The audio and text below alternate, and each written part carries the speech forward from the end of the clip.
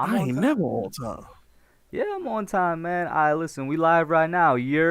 What's up, Giants fans, Hub watchers, YouTube subscribers, Twitter and Instagram followers, and the Fisk unit. Hope Fisk unit come up in the building. What's up, y'all?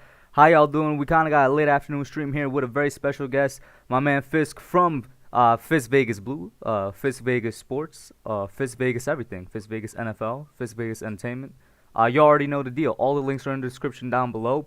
Shout out to Jaden in here already, Harrison, Sugar Boobies in here, Wolves, Ligma, Big Play Slay, David AV, Knowledge Acquisition, Yo Elvis. We got everybody in here already early.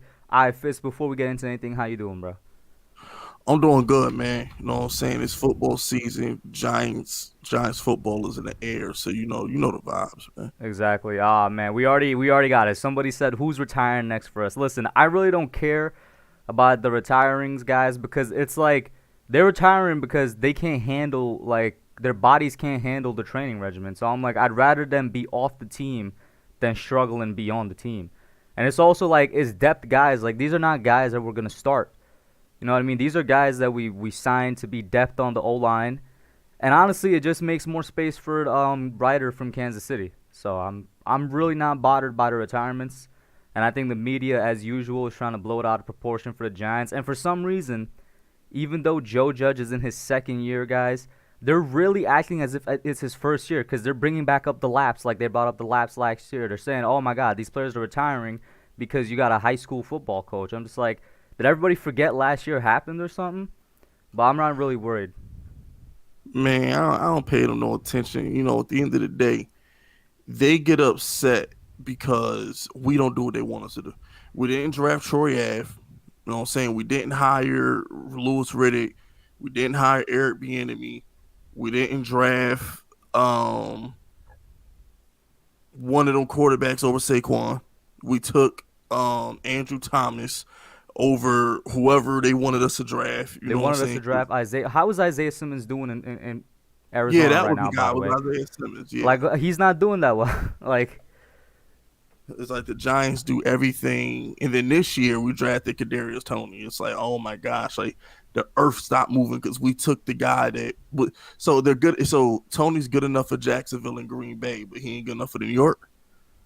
That's what gets me, man. It's like, how you gonna rip us? But if Aaron Rodgers got him, oh, they finally got Aaron Rodgers some help. Tony would be a savior right now. If he went to Jacksonville, wait till Urban Meyer gets his hands on this kid. He's gonna do what great things with him. He goes to New York. Oh, he's a bust. It's like, come on, bro. Like, can y'all at least hide? Like, what made what made the Hitlers and you know the other great dictators, you know what I'm saying, what made them so great was they was able to convince the people that they weren't evil. What the media fails to do is convince us Giants fans that they ain't out to get us. They make it so abundantly clear that they hate us that we rebel. The whole point of propaganda and spreading misinformation is to get the people to buy it. Get the people to think you're on their side. So when you spread these lies and these rumors, they don't rebel. All they're doing with us right now, Hub, is uniting us. All us Giants fans, all us Giants content creators, all us Giants beat writers, we're all united. well, I don't know about the beat writer. The beat writer's been some ass, bro. the beat, the beat Well, I only writer's been follow like trash three. too. I only follow like three of them. You You know you what I'm saw saying? what I they don't tried to do follow a yesterday with whole. Jason Garrett. Like, I'm not a Jason Garrett fan, but they try to make this man out to be the bad guy, and he wasn't doing anything wrong. See, I ain't know my favorite beat writer is Chris Visignano, and he was like, don't talk to me about Jason Garrett. This is a no story. So I was like, I didn't even know what Jason Garrett did. All I was like, okay, Giants insider said that this is a no story, so it must be some fake news. I don't even know what he said. I don't know what he said. I don't know what he did. Hey, shout out to But everybody in chat. We got Engraven in here, guys. Need to go check him out over as a yeah, Ravens fan. Yo, he's saying, what was the Jason Garrett thing? Well, I'll tell y'all. Basically, literally at the end of the press conference, Garrett literally said it was good to see you guys. You know what I'm saying? He was going to pick up his water. Nobody said anything back to him. So he was like, all right, y'all want to be rude? He said it again. Good to see you guys. Around here, we say good to see you too, coach. And what the beat writers is, they took that and they spun it into this whole narrative of, oh, Jason Garrett wants us to call him coach instead of Jason, and like they're trying to make it seem mad like evil or nefarious or something. When it's just like the dude was just trying to get y'all to say good to see you too, like he didn't do anything wrong. And what's wrong with what's wrong if he wants y'all to call him coach? Like he's a coach. He is a coach. But real quick, shout out to Engraving. Hey, yo, Engraving, how much your boy Lamar gonna get paid, man? We just saw Josh Allen get his bag. How much your boy Lamar about that? Your boy Lamar can't take nothing less than 45. You know what I'm saying? If Josh Allen getting 43, Lamar got to shoot for 45 at the minimum. His price had to go up. How much you think he's gonna get? I thought he was gonna get what Josh Allen got, around 42. But now Josh Allen got that, so yeah, he's gonna get higher. Yeah, he gotta ask for higher. He can't take less than Josh Allen. You know what I'm saying? He can't do that. Yeah, and Graven says he's definitely gonna get more than Josh. I mean, that was nuts. See, my whole thing. All right, see, here's the thing, right? You see, I this is my problem with the NFL. I'm sure Engraven agree with this because, rooting for Lamar ain't easy. You know what I'm saying? Lamar get the same hate that we preach about on the Giants channel. When the media likes you, everything's okay. This Josh Allen contract is cool because the media, oh, look at the Bills. Josh Allen is, he's a good story. The minute Lamar get that contract, they're going to say he's overpaid. They're gonna say, "What are the Ravens thinking? You can't pay a running quarterback." I mean, bro, they were trying to trash Lamar just because he was hanging out with some kids in like a basketball court or something. Like he was just playing catch with them. Yo, no lie, I did a video on that with the Lamar the basketball thing. Yeah. Some Ravens fans who rock on my channel, they sent me some stuff for Baker Mayfield was doing the same thing like a week later, and it was a non-story. I didn't even know that until you just said it. So that just tells you how the media wants to be with Lamar. And it's kind of like, because I know me and Nate gonna talk about it tomorrow. I'm gonna have Nate on my channel, but like it's kind of like the Detroit Lions, right? This dude Dan Campbell want to be Joe Judge so bad, man. I know what you about to say, bro. But literally, since this man Dan Campbell got hired, he's been trying to be Joe Judge on crack. Like it's crazy. It get on my nerves. I'm like, you not Joe Judge, bro. They had a camp fight yesterday, and the media paid it no mind, bro. Didn't trend on Twitter, no nothing. Dave Campbell's out here looking like Paul Heyman, hyping up camp fights and stuff like that, and nobody cared. Joe Judge had a camp fight, disciplined his players, and they trying to make Joe Judge seem like, what's my man named Josh Daniels 2.0 or something like that. And I'm just like, come on, man. Joe Judge is not Josh McDaniels. He's not. Who's that other Belichick flame out? Patricia. He's not. Nah, Joe Judge is his own person, bro. And just mind your business. I'm gonna put it to you this way: mind your business. Don't worry about what the Giants is doing. Worry about your team. That's how I look at it. Because I'm to a point now where it's like last year when Joe Judge started making people run laps. Nobody said nothing about Belichick making Cam Newton run laps. Nobody said nothing. Last year, Joe Judge was a clown for taping golf balls to defensive backs' hands. Now everybody want to do that. I'm like, huh? I thought that was clown talk. I thought that was unnecessary. Now y'all biting Joe Judge? Like, who got it from Nick Saban? So if it's good enough for Nick Saban, it ain't good enough for the Giants. It's like I'm tired of the hate, man. This is ridiculous. And they're looking for literally anything and everything to build a narrative that said we told you so about Joe Judge. So they're picking on every little thing. And going back to what I said earlier, it makes no sense with the lapse thing again because we already went through the first year. The players are already cool with the players already bought in to the philosophy. And this media people, they're writing it as if he has to sell it to the players again, as if last year never happened. You know what I mean? It's ridiculous. And now I am seeing people bringing back up Eric Bieniemy. I saw a tweet literally before I hopped on stream saying, with each day that passes, the Giants hiring Joe Judge over Eric Bieniemy looks stupid. I'm like, what are you talking about, bro? Like, and that's why I tweeted it out immediately, Hub. I was like, so why the Eagles ain't hiring him? They hired Nick Sirianni. Ain't nobody say a word. Why? They hired Nick Sirianni. Literally every other team that hired a coach other than Eric Bieniemy. I'm still mad about that. The Eagles can hire Nick Sirianni, and that's okay. But the Giants, why did you hire Eric Bieniemy? Maybe Eric Bieniemy didn't want to come here. Have y'all ever thought that maybe Eric Bieniemy is turning down jobs because he doesn't want to go from Patrick Mahomes to, no disrespect to Daniel Jones, but he don't know Daniel Jones? Mm-hmm. Have you ever thought that Eric Bieniemy is waiting on like the job? I bet you he would have took that Charger job. You know what I'm saying? But they probably didn't get a chance to hire him because he went all the way to the Super Bowl. That's the same reason why the dude in Buffalo didn't get a chance to he didn't get a head coaching job because he was too big. Like some of them coaches that go deeper into the playoffs. Yeah, you can't interview him until way after. Yeah, so it's one of those situations. I'm like, first of all, my whole thing with Eric Bieniemy is, see, I hate ripping black coaches. I felt so bad when I had to rip Mike Tomlin when he lost that playoff game. Mm-hmm. I hate ripping black coaches. But I'm sorry. Last time I saw Eric Bieniemy, he got his quarterback killed. You knew you did. You knew you was missing 4 offensive linemen. You knew that. You had 2 weeks to prepare. And that's the offense you rolled out on the field? You think I want that preparation with this line in New York? No. So at the end of the day, no. You got Patrick Mahomes and Andy Reid. I don't know how good Eric Bieniemy is, and neither do other teams because they ain't hired him yet. Mm-hmm. And then people always say one thing when they compare Bieniemy and Judge. They're like, "Oh, Bieniemy's more accomplished." I'm like, "No, he's not. Judge has 5 chips combined at the college and NFL level. He's been under the 2 greatest coaches of all time. Like, people really sleeping on his resume as if he's been doing nothing his entire career and he got the job for no reason." My gosh, you know what? I was driving to the soul food spot to get my chicken and macaroni and cheese, right? Mm-hmm. And I was thinking about some of the things we was going to talk about today. And I was like, if he brings up the Joe Judge Eric Bieniemy thing, I was like, do y'all not know Joe Judge got rings? Joe Judge got rings. Logan Ryan got rings. Some of the leaders on this team got rings. Mm-hmm. It's not, everybody wants to forget special teams is a job too. It's offense, defense, special teams. The special team coordinator is just as important as the offensive coordinator. If you don't have good special teams, you can have bad field position. So to think that there's something that Josh McDaniels or Matt Patricia knew about Belichick that Joe Judge didn't is ridiculous. If you do your research, and what I mean by research is soaking up all the information you can about the Giants. Every Giants fan who listened to the podcast Joe Judge did with Sean McVay knows that Joe Judge was the first person you spoke to in New England. He was basically the people's person.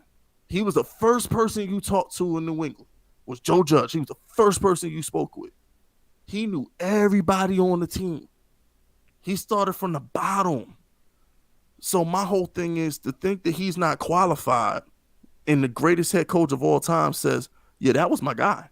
Remember, when the Giants were interviewing him, Belichick called us and told us he's already better than the last 2 coaches. Ding, ding, ding, ding, ding, ding, ding. That's my guy. He's better than the last 2 coaches you had. That's all you need to hear is Belichick. What other cosign do you need, bro? Like, come on, who cosign would you ever have? Andy Reid. Now go ahead. I'll say what I was gonna say. No, I'm just saying, like, who cosign would you ever have? Andy Reid or Belichick? I was gonna say, if that's not enough for y'all, I think it was like last month or something. Judge was on Peter Schrager's podcast, and he was basically telling his career story. If one cosign from the greatest coach of all time is good enough, how about the greatest college football coach of all time? When he was with Nick Saban and he was considering going up to New England, he was very hesitant. And Saban was like, "Yo, make the move, bro. You got it. You're good enough to go up to New England." And Belichick called him up. I think it was 2 years in a row they offered a job to him. You don't offer that job to somebody 2 years in a row unless you really think that they're fit for it and you really think they could do something with your franchise. If that wasn't enough for y'all. Facts. And another thing, I think one of the things that people don't understand about leadership, and this is bigger than football. This is about life in general. In order to be a great leader, you have to sell your message. If you can't sell your message, you're a worthless leader. That's why McAdoo never got over. That's why Pat Shermer never got over. They weren't leaders of men. Joe Judge is a leader of men. When Joe Judge speaks, they listen. When Joe Judge preaches the message and the team mission, they buy into it. Now they're acting like Judge. Now everybody's tough. Now you got Daniel Jones jumping in piles because he wants to prove to the team that he's tough too. It's a whole atmosphere. He's creating a vibe, to put it in millennial terms. The whole Joe Judge vibe is tough. The Giants are the locks. You know what I'm saying? We the locks right now. Like, we super tough. I told y'all yesterday in my video, we Timbs We Tims with the shoelaces untied. We got the hoodie on. We coming to do damage. Mm-hmm. Dipset ain't no pink birds flying around here. We not pretty. We rough, rugged, and raw. And the team buying into that. No, I hear you completely. Shout out to everybody in here real quick. We got a bunch of people that just popped in. Got Joel in here, Chibuzi, Harrison, Super Taj. Yo, shout out to Super Taj, bro. He always be tagging both of us, like a lot of people on Twitter with a bunch of stuff, man. How you doing, bro? Yeah, shout out to him, man. Shout out to Taj. Yeah, we got Yuri. I think I got everybody word. But yeah, Chibuzi says, nobody clowns Mr. Miyagi for making Daniel wax on, wax off. It's the same thing, bro. Like, Joe Judge is the Mr. Miyagi of the NFL, man. Come on now. In fact, and then it's like, yo, like, bro, we're the Giants. Rude disciplinary coaches that curse a lot is what wins us Super Bowls. Parcells, Coughlin. Now we got Judge. This is what we do. This is the Giants football. This is what we do. We've always been a tough, hard-nosed franchise. When have the Giants ever been flashy? Beautiful offenses and all this other pretty stuff that McAdoo and Sherman try. That's not us.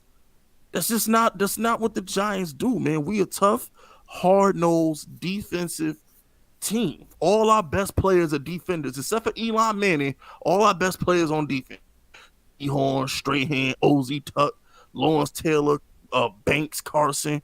We're the Giants. And I'm just like, yo, let's get back to what we do, man. That's been my mentality. Mm-hmm.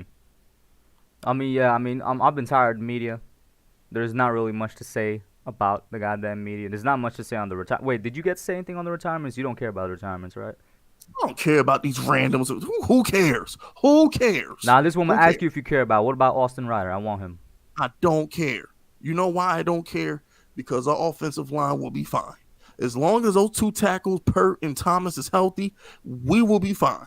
That's all I care about is the tackles. You're not worried about the Lemieux injury? The who? The guard, he got injured. Shane Lemieux. I don't care about no guard. I care about my tackles. You know what kept Drew Brees alive the last few years until he started getting hurt? Armstead and Ramchick. You know what kept old boy in Green Bay alive? Bakhtiari. As long as you got them tackles, you good. Them guards is replaceable. Give me a center who can hand the ball off without fumbling. Give me two tackles. We lit. And I think we got I think last year proved we got a good center. Nick Gates, he proved me wrong. I thought he was going to be really bad. That man turned out to be a really good center. He was out here fighting Aaron Donald to protect DJ and whatnot. Yo, speaking of Daniel Jones, I always had respect for him, but after the brawl, he was like, I'm part of the team. Of course I'm going to get involved. Like, the respect just went up. And you already know the locker room loves him more now, man. And he's been balling in training camp. Art Stapleton tweeted out like he completed 754 straight passes or something like that. Or like, it was like 754 straight passes without, interception, something like that, man. Yeah, without a pick. But here's the thing, right? Back to the offensive line for a second. We got a good center in Gates. Mm-hmm. Matt Pert's solid, and Andrew Thomas is going to be a stud. I thought he was a stud last year because as far as I'm concerned, Khalil Mack ain't had no career day. Aaron Donald didn't have no career day. Who else did we play last year? Chase Young didn't have not one career day. The two times we played him. You know what makes it better? Andrew Thomas last year was playing on an injured ankle all year, so imagine how much better he's going to be now. Facts. So I'm sitting back like, yo, we got everything we need. We got our left tackle, we got a good center, and we got a right tackle who looked pretty decent last year. Giants' offensive line is fine. All that's because my whole thing is this, and I've been telling the Giants fans this, and I told you this too, Hub. We're not going to pay 5 Pro Bowlers. So even if the Giants have 5 Pro Bowlers, we're not going to pay them all. Mm-hmm. So you might as well get used to having 2 or 3 good linemen and making the rest work. This is simple as that. It's like Giants fans out here wishing we had a 5 Pro Bowlers like we did in 2009 or something like that when we had McKenzie and Snee and O'Hara. Like, that's not normal. Like, the Giants, when we went back in 2008, 2009, like, that offensive line, that's like a 1 to 2 decade thing right there. Mm-hmm. You know what I'm saying? What the Giants had in 2008, 2009 was special. Notice when we won the Super Bowl in 2011, the offensive line wasn't good. Mm-hmm. But we had the receivers to make up for it. What was the best receiving core, real quick, you think the Giants ever had? Was it that 11 core? 2011. Yeah. 2011. You think this By core a could match mile. that or not? I mean, Um, we got some people that if they hit their stride, I don't know. It might be looking like one of the best cores we had. well, I do have a Tony. I do have a Kadarius Tony will be the savior video coming out this weekend. Mhm. So, I mean, there's not a receiver on this team better than Hakeem Nicks, though. That's the see. Yeah, ah, that's rough, man. You know why that's rough? Because the thing is, Victor Cruz was hands down one of the most he's one of the most explosive slot receivers of all time.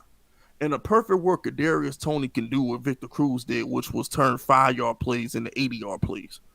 You know what I'm saying? Like in a Mhm. perfect world, he can do what Victor Cruz did. But it's just I gotta see it because the thing when Knicks was an animal.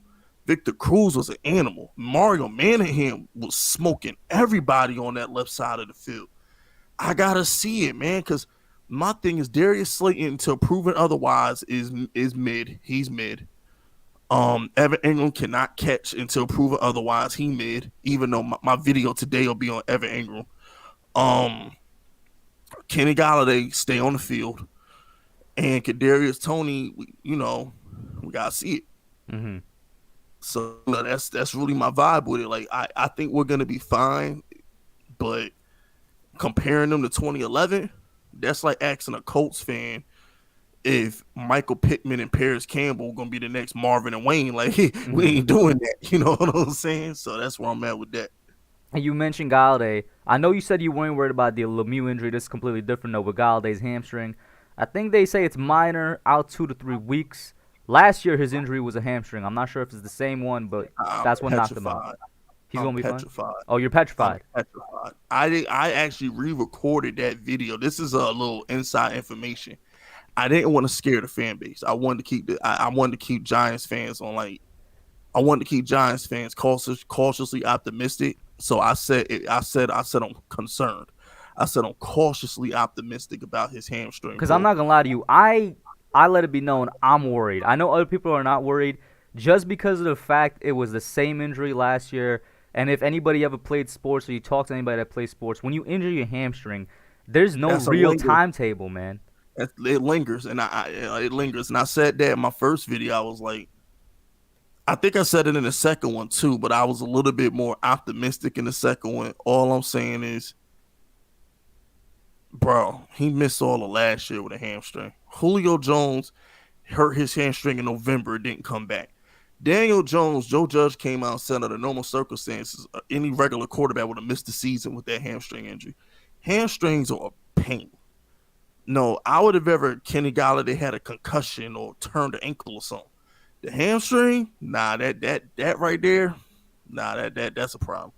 I Hmm. was petrified about it, and it still bothers me. But which is why now I'm focusing my attention on Kadarius Tony because in my mind, I naturally prepare for the worst.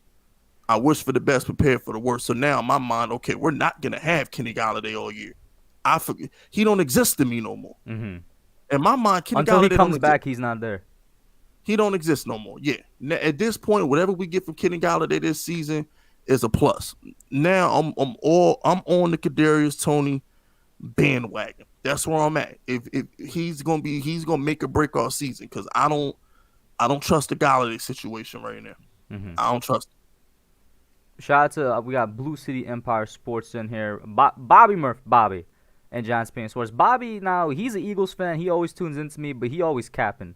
He says the Giants O line suck, as if the Philly O line doesn't suck right now. Bobby, why aren't you Yeah, worried Eagle about Jalen fan. Hurts? Wait a minute. Who's an Eagle fan? Who you talking about? Bobby Murphy. Hey, yo, Bobby Murphy, shut up, bro. Yo, Shut up. aren't y'all trying to trade for Deshaun Watson, bro? Worry about your trash quarterback. Your quarterback's so trash they trying to trade for a woman abuser who ain't even gonna play this season. Exactly. How trash your quarterback gotta be? They out here trying to give away 2 first-round picks for Deshaun Watson. And he about to be suspended. How trash can you? How trash is your boy? They about to trade him and 2 first-rounders to get Deshaun. Eagle fans, worry about your quarterback, bro. Don't worry about the I'm Giants. gonna be Worry about your honest. I quarterback. didn't know that trading Deshaun or trade talks would even happen just because I'm like, this dude is guilty, in my opinion. You don't have that many allegations without something happening. Like, man has like 20 to 30. It's crazy. Every woman ain't lying. And my whole thing is the women ain't got the women. This is Goodell. You got like Goodell care about the truth. Goodell care about preserving the image of the league. There's no way he's playing without some kind of suspension. Y'all are crazy if y'all think Goodell ain't about to throw the book at this dude. He threw the book at Zeke and they had no proof. Mm-hmm. He threw the book at Tom Brady and never actually officially caught him cheating. Come on, you think Goodell care about proof? Please. Good luck. How long you think he's gonna be out though? A whole year? Minimum 8 games. They gave Zeke 6. I think 8 games is too little, considering between what Zeke did and now what Deshaun is being accused of. I think it might be a year, bro. Honestly, I don't think it's going to be a suspension. I think it's going to be a commissioner exemplis. Remember, they didn't suspend Kareem Hunt until after he got off the exempt list. I think they put him on the exempt list, and when everything is settled, then they suspend him. So he'll probably sit out this year and then get suspended in the 2022 season, like they did Kareem Hunt. Mm-hmm. That's what I think. That might actually be what happened if he just straight up doesn't get, like, I don't know, something crazy like banned from the league or something. It all depends how the thing turns out, but I think at the very least it's gonna be that exempt list and plus the suspension. Yo, I had an Eagles fan on my I will say this, I had an Eagles fan on my podcast yesterday. That dude was reasonable. That dude admits that they're probably gonna go like 4 wins or something like that. Bobby, be more like him. All right? I got a bet with Lord Brunson, right? And so you know what it is? They're listening to Brunson and Philly 500. It's them two. Brunson and Philly 500 spreading this propaganda to these Eagle fans right now. How many wins do they have them at? They got to win in the division. They say the floor is 10. You got to be kidding me, bro. With what line, bro? With what line? Here's the justification, bro. Okay. Lord Brunson's justification is it's Hurt season. Hurts is going to be great. He made a bunch of hats saying Hurt season or something like that. He's making a killing off those. That's why he thinks the Eagles are going to be good. And he thinks the defense is going to be one of the best in the league. Don't ask me why. He just does, right? Philly 500, on the other hand, has a more reasonable explanation. He thinks the Eagles is going to win 10 games because the division is trash. He thinks Dallas' defense is trash. He thinks Daniel Jones is a bum, and Washington ain't got no quarterback. So at least he has a more logical explanation, except for the fact that his team don't got half of what the other 3 teams got. Dallas got an offense, Giants got a defense, Washington got a defense. Philly ain't got nothing. What's their calling card? Exactly. Yo, Anthony Martinez literally just said, who are their starting corners, bro? I don't know. Exactly. How you gonna have a great defense with no corners? I've been waiting on somebody to explain that to me. At least the Giants had Aaron Ross and Corey Webster. Like, who in the world? You know what I'm saying? It's like, Peter's like, I'm just like, who is on this great Washington defense? It's like they talk about a pass rush. I'm like, normally when you have a great pass rush, you got to have something on the back end. Nobody talk about this but the Giants.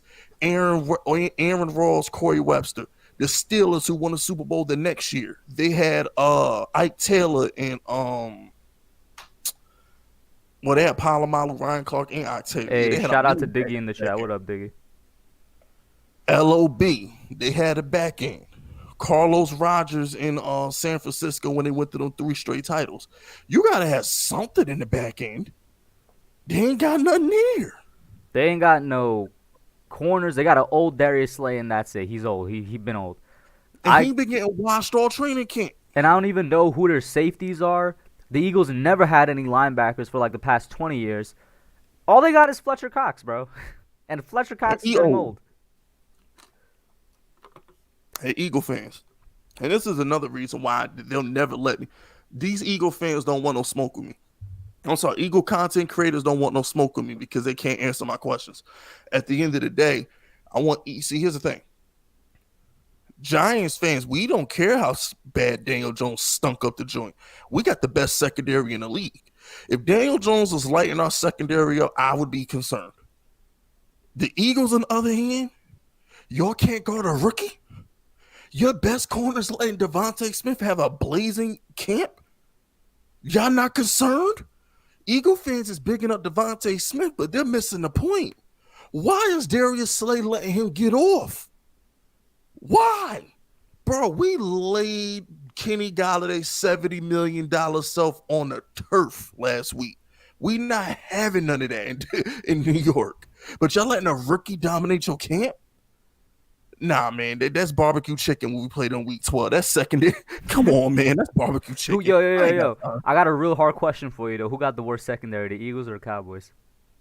Oh, man. I know that was going to be a tough one, bro. I'm going to actually go.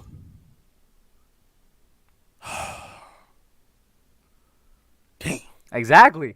I'm going to go Philly. You know why I'm going to go Philly? I'm going to go Philly because I think. We got two people saying the Cowboys in the chat. You know why I'm going to think the Cowboys secondary going to be better? I think their pass rush should be better. I don't think DeMarcus Lawrence going to be that trash 2 straight seasons. I think their pass rush should be a tad bit better. Mm-hmm. A tad bit better. That's tough. I just think Darius Slay is barbecue chicken, bro. I don't know. Yeah, what up, Biggie? It's kind of split. Nah, it's mostly Cowboys, but I was gonna say Eagles because of that same reason. Now, Bobby is also a believer that not only do they have the best O line, but the best D line in the league. I'm like, I need what you're smoking, Bobby, because how do you have the best D line in the league? How? First of all, nobody's defensive line is better than what they got in Oh, you know what? It might not even be Pittsburgh no more because they let Bud Dupree go. Dang, who got the best D-line in the league now? That it used to be Pittsburgh, hands down, but now that they ain't got Bud Dupree. A couple of years ago, it used to be 49ers were up there as well. Who got the best D-line? Let me think. I mean, Cleveland, depending on how good Clowney play, Cleveland might be formidable. Mm-hmm. Depending on how good Clowney play. I mean, I think we have a top 10. Denver, there we go. I think Denver got the best front seven. When you got Von Miller and Chubb coming off the edges, I'm gonna go Denver. I think Denver got the best front seven. You got, don't sleep on and Ndamukong Suh, Vita Vea, Shaquille Barrett, JPP. Now I'm gonna go Tampa. Tampa got the best front seven. Mm-hmm. Okay, Tampa, so Bobby is course correct, and now he says best D line in the East, in the NFC East. That's a lie. That's cap. That's a lie. That's the pure Giants cap. Have the best defensive. In my opinion, I think the Giants got the best defensive line in the East because we got the best player. There's not a defensive player in the entire NFC East, unless you want to say James Bradbury or Blake Martinez is better than Leonard Williams. Name one defensive player in the NFC East who had a better season than Leonard Williams with his 11 sacks. I'll wait. Name one pass rusher in the entire, name one defensive lineman in the NFC East better than Leonard Williams. I will wait. He's going to have a better season this year. He's going to be even better. Now that we got AZ Ojulari out there, who's tearing it up at camp right now, please. Ximenez ain't even practicing yet. AZ going to start day one. I don't want Ximenez to start. If you want to talk about that man should be like the 4th or 5th linebacker on the edge for us. All right. He's not making the team. I wouldn't be surprised. I really wouldn't be surprised. Like, he just straight up doesn't fit the team anymore. Like, we drafted him to be a power rusher, and that's still all he could do. But he's not. He doesn't have enough strength at the NFL level to actually be a power rusher. And like, he's not agile enough to drop back in coverage. He's not fast enough to get some speed moves. He just doesn't fit the defense anymore. It's gonna be Lorenzo Carter. Exactly. And AZ. Yep. Just like Andy said. Not Andy. Yuri said. Ximenez ain't even practiced yet. He's still hurt. He's not making the team. We 3 weeks into camp and he ain't practiced yet. He's not making the team. Mm-hmm. No, especially Judge didn't draft him. He ain't making the team. Nah, I agree with you. I think it's going to be Zoe and Aziz. And I still think Zoe's going to pick up where he left off. He was having a good season before he went down. It was either Joe Judge or some other coach that literally said Kirby Smart's defense in Georgia is like the sister defense of the Giants. And they run very similarly, and you got 2 Georgia dogs as your edges, and one of them last year in college was the best edge in the SEC. I have a lot of faith in our edges. And real quick, I ain't forgot. Hey, yo, Bobby, why you quiet? Where is that defensive player better than Leonard Williams? Who? How many sacks Fletcher Cox have? How many sacks Fletcher Cox get last year? How many games did Fletcher Cox win?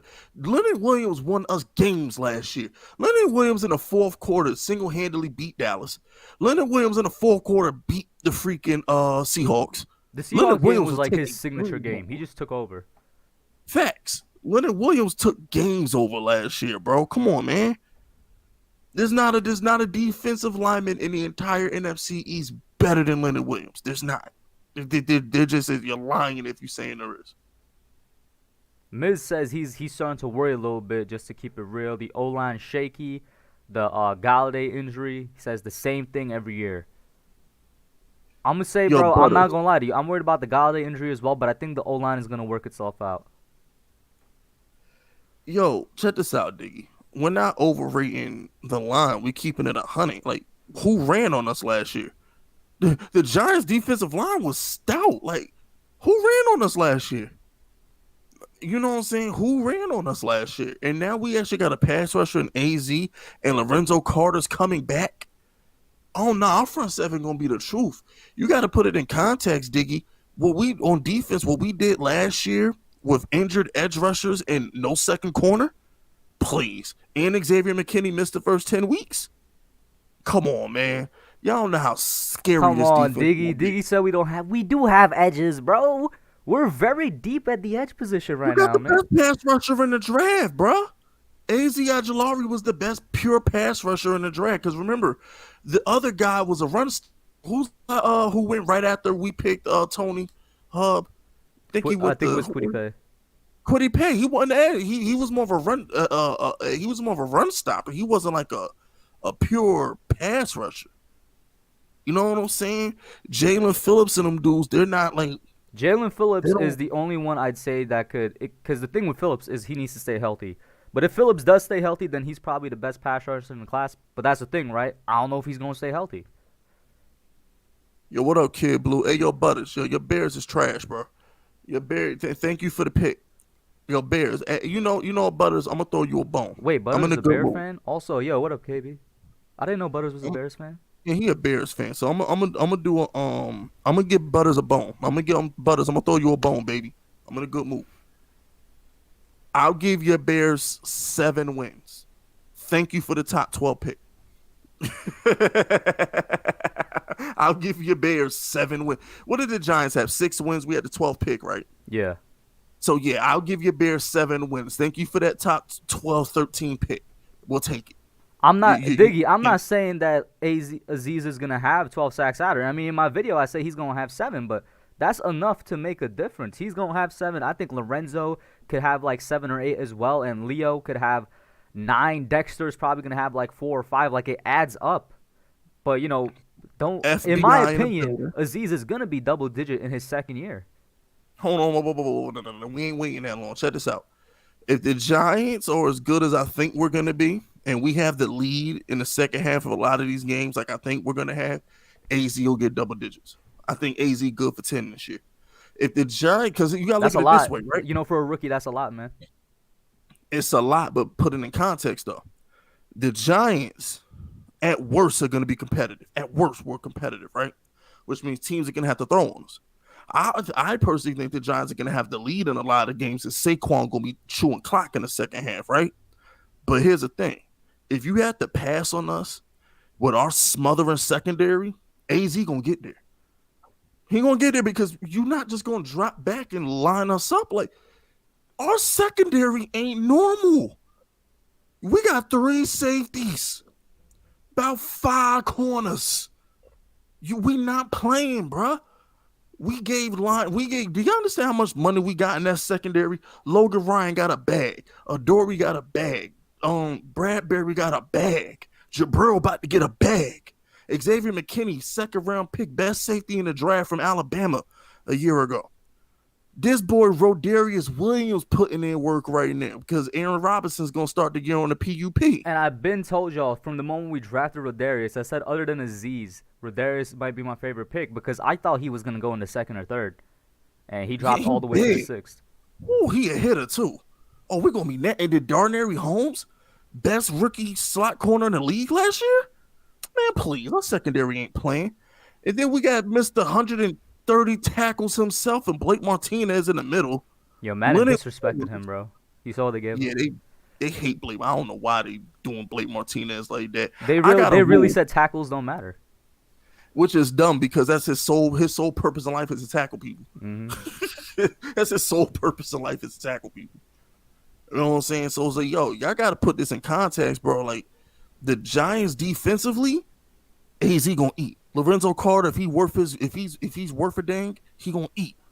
Because that secondary gonna smother people. They're gonna have time to get to that quarterback. Oh, they're gonna have time because we're gonna be playing man press this year. Ain't gonna be none of that zone crap we did all that. No. We're gonna be man press this year. You think we're gonna transition easily? Yes, because Adoree is an animal. And Bradbury, all he did was play man in Carolina.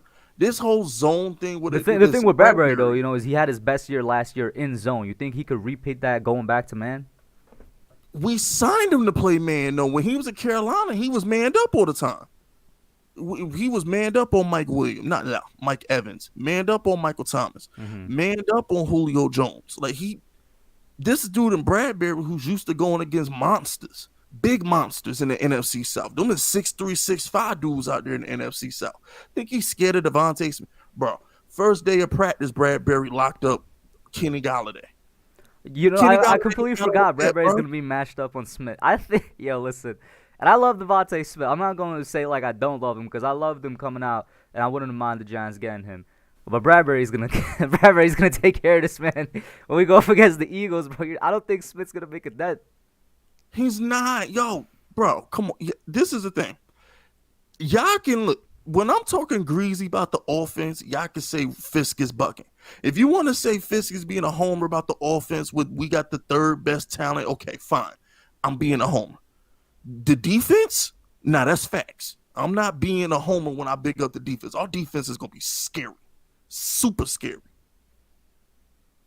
This man Patrick Graham might be a head coach next year, bro. I'm not gonna hold. No, we not. Nah, because he, yo, listen to me when I tell you. I told y'all this 6 months ago. He's black. He got to wait his turn. He's not getting a job till Bieniemy get a job. That's a fact. You really believe that? Bro, that's a fact. They will not hire him till they hire Bieniemy. Bieniemy is the chosen colored person of the year right now. Until Bieniemy get a job, not one black assistant coach is getting a job till Bieniemy get a job. So we don't got to worry about losing this dude Patrick Graham till Bieniemy get a job. When Bieniemy gets a job, then worry about Patrick Graham. Till Bieniemy get a job, we ain't got to worry about nobody hiring Patrick Graham. How many black coaches you think gonna get a job in one offseason? If any. Idea. Come on, bro. We ain't got to worry about. Listen, when Eric Bieniemy get a job, then I'll worry about Patrick Graham. Then I'll worry. I'll say this. When do you think our Super Bowl window starts, bro? I think now. I was gonna say if we really go and we win 10 or more games this year, it starts now. Otherwise, I'd say next year. Okay, here's how I break it down for you. Here's how I'm gonna break it down. Our Super Bowl window. Wait, hold up before you do that, Bobby. You realize Adoree is a corner that has speed, right? Smith is not smoking him. If Patrick Graham's smart, bro. If he's like Adoree's the better matchup, he'll put Adoree on Smith, and Smith will not smoke him, bro. I just want to say that real quick. I just saw a Kid Blue comment. Nah, Bradbury played zone last year because he was told to. Nah, he's a man corner. He was. That's all he played in Carolina. Majority was man. He's a man guy. He's not a zone guy. They drafted him to play man press. You know what I'm saying? Same thing. Listen, he's a Gettleman guy. Name one Gettleman corner that he drafted to play zone. Name one. Gettleman on draft zone corners. He drafted Bradbury to play what? Man press. He drafted the gangster who we had to cut. The gangster, DeAndre Baker. Yeah, he drafted DeAndre Baker to play man press. The worst gangster of all time, you mean? The worst gangster of all time. He brought in Adoree Jackson to do what? Play man press. You know what I'm saying? He's looking for man press. So, My thing is that it's a fact he played his best year as a zone corner. That's why I'm like, I really hope there's not a drop off with him going back to man. Because he was a different corner last year, playing on another level. Nah, ain't gonna be no drop off. I watched Bradbury lock up Mike Evans, Michael Thomas, and Julio Jones. Like I've seen him go 1-on-1 all game because he was the only corner in Carolina. I watched him go 1-on-1 with the best of the best in the NFC South. I'm not worried about Bradbury at all. Not even a little bit. Mm-hmm. Like I watched him go toe to toe with Julio and Mike Evans and Michael Thomas. Like I watched him. He's fine. I bet. Before we even got, you were gonna say something about the Super Bowl window. My bad. Okay, yeah. So here's the Super Bowl window. So check this out. Right now is our window. Okay, right now we are the Seahawks. We are the LOB. That's what we are. We're the LOB. We're the Harborough 49ers. That's who we are right now. And by the way, Harborough, he was another a-hole, hard-nosed coach. And it works. But anyway, what's going to happen is we only got this window for 2 more years. We'll be great defensively this year. We'll be great defensively next year because all our players are in their prime. Starting in 2023, that's the Daniel Jones window. So starting 2023, now you transition into, is Danny good enough to carry us to a Super Bowl? See, right now we can carry Danny to a Super Bowl. Our defense and Saquon Barkley should be enough to win a Super Bowl. No cap. If we play, all Danny got to do is be Danny. Just hold on. All he got to do is be Daniel Jones. Daniel Jones. Real quick on Saquon, do you think he's going to be healthy by week 1? I think he's going to be healthy by week 1, but I don't think they're going to use him, as they should in week 1. It's not about him being healthy. It's about when Joe Judge wants him to come back. Mm-hmm. Saquon is healthy now. He's good to go now. It's about when Joe Judge wants him to come back. It's not about that. No. It's not about when he's healthy. It's about when he's allowed to come back. He'll be good enough to go week 1, but will Joe Judge let him? Yeah, that's what I'm saying. I think he's going to be healthy by then, but they're not going to use him as if he's healthy. I think they're probably, honestly, for some reason, I have a feeling we're not going to see him take, the 100% snaps until like week 2 or 3 or something. I disagree. I think I'm going to be wrong and you're going to be wrong because I've had this take on Saquon all year that we're going to take him off the field on third downs and put in a third down specialist. Why Brightwell, Clement, Booker, all these guys are like third down guys, right? I think I'm going to be wrong. I have a feeling I'm going to be wrong. I think what's going to happen is it's easy to say you want to get a third down specialist in the offseason, but once Saquon get in the game, he's never leaving the field. I think I'm going to be wrong. I think I'm going to be wrong about Saquon. I think this whole they want to preserve him and do the New England Belichick third. Nah, I think once Saquon get on that field, what? You think it's a smoke screen or something? The biggest smoke screen on the planet. They're not going to show off Saquon. Saquon will be when Joe Judge wants him to play, he'll play. And I don't think he's leaving the field. I think Saquon is going to get a minimum of around, he might get 300 carries this year. Real? Ooh. Remember there's an extra game. Listen. I know you bring up the number 300 hit me, and the reason I said ooh is because I did my offensive stat predictions literally last week. Obviously, Saquon was in that video. For those stat predictions, I was like, Jason Garrett's our offensive coordinator. I went back and looked at his former running back. So Zeke, DeMarco, all those dudes. All of their seasons, they had near 300 rushing attempts. Hey, Kush. Yeah. What did I just tell you 5 minutes ago? What? I said our defense. I let it slip because you didn't ask me about it yet. But I said Saquon gonna be chewing clock in the second half for a lot of these games. Mm-hmm. I think that's what he's gonna do is damage. I think we're gonna come out throwing. When we get that lead, it's a wrap. Put it in Saquon belly. Let that secondary take over. I think we're gonna win a lot of games like that.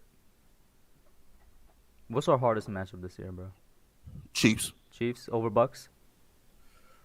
Yeah, just for the simple fact that I'm not the Bucks don't scare me. That's light work. Bucks don't scare me. Brady sucks versus all his former coaches. I ain't think about that.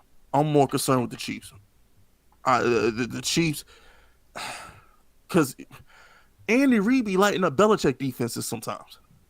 know what I'm saying? Remember the opener where Alex Smith did drop like 40 on Belichick? Remember on the Cincinnati game, he got blown out in Cincinnati. He got blown out in Kansas City. So I know Joe Judge and Graham have that New England background. So I know there's a chance Andy Reid could cook them. He could cook them. We can get cooked versus the Chiefs. But Tampa? Bro, we shut them down last year and didn't have a second corner. I didn't think about Tampa. Brady, look, Joe Judge, remember when the story with Mark Colombo came out?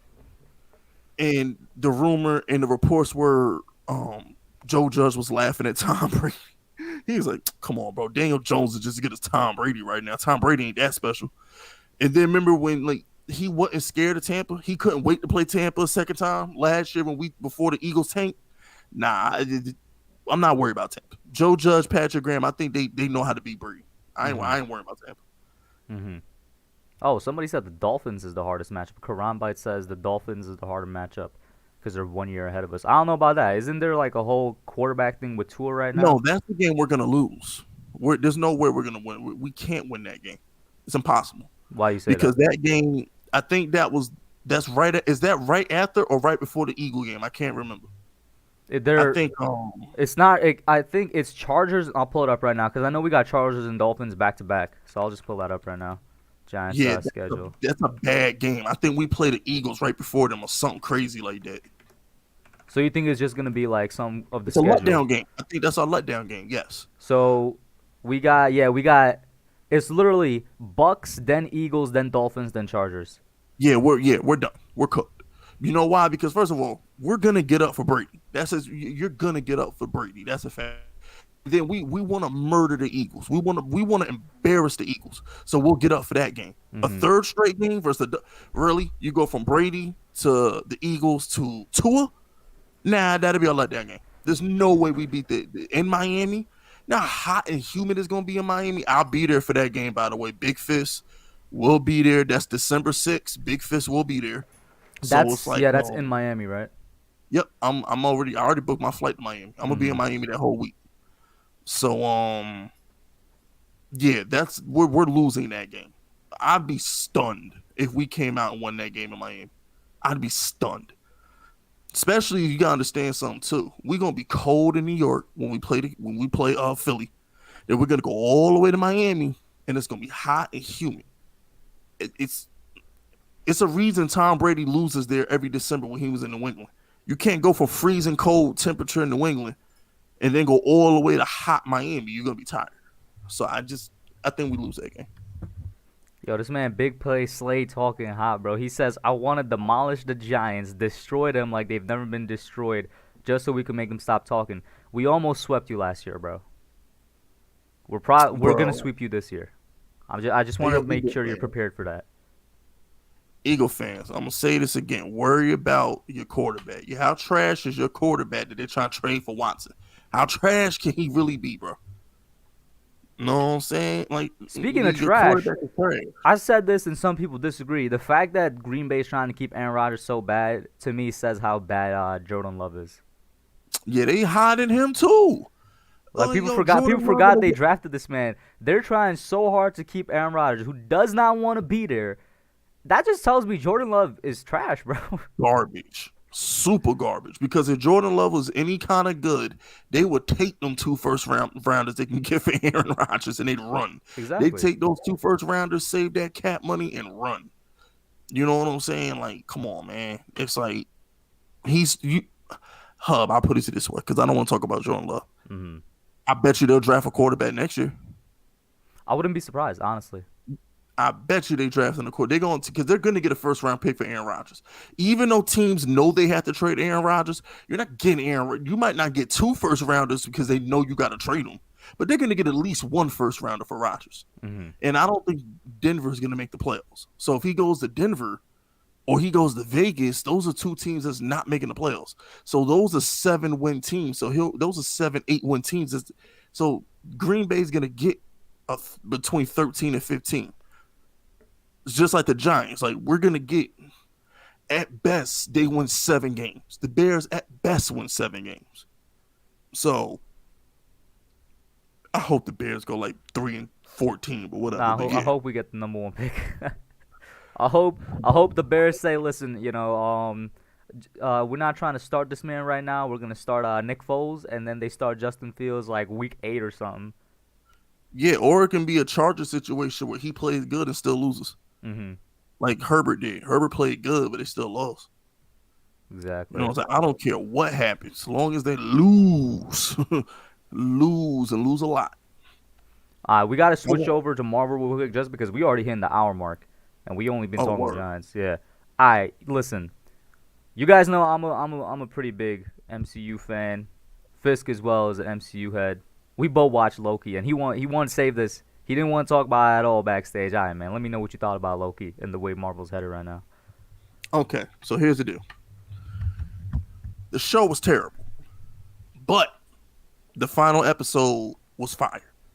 Okay, the final episode was fire. Now I said the show was terrible because I like Falcon and Winter Soldier, but I like the action. Mhm. I like Falcon Winter Soldier. I like the action. That's more my style.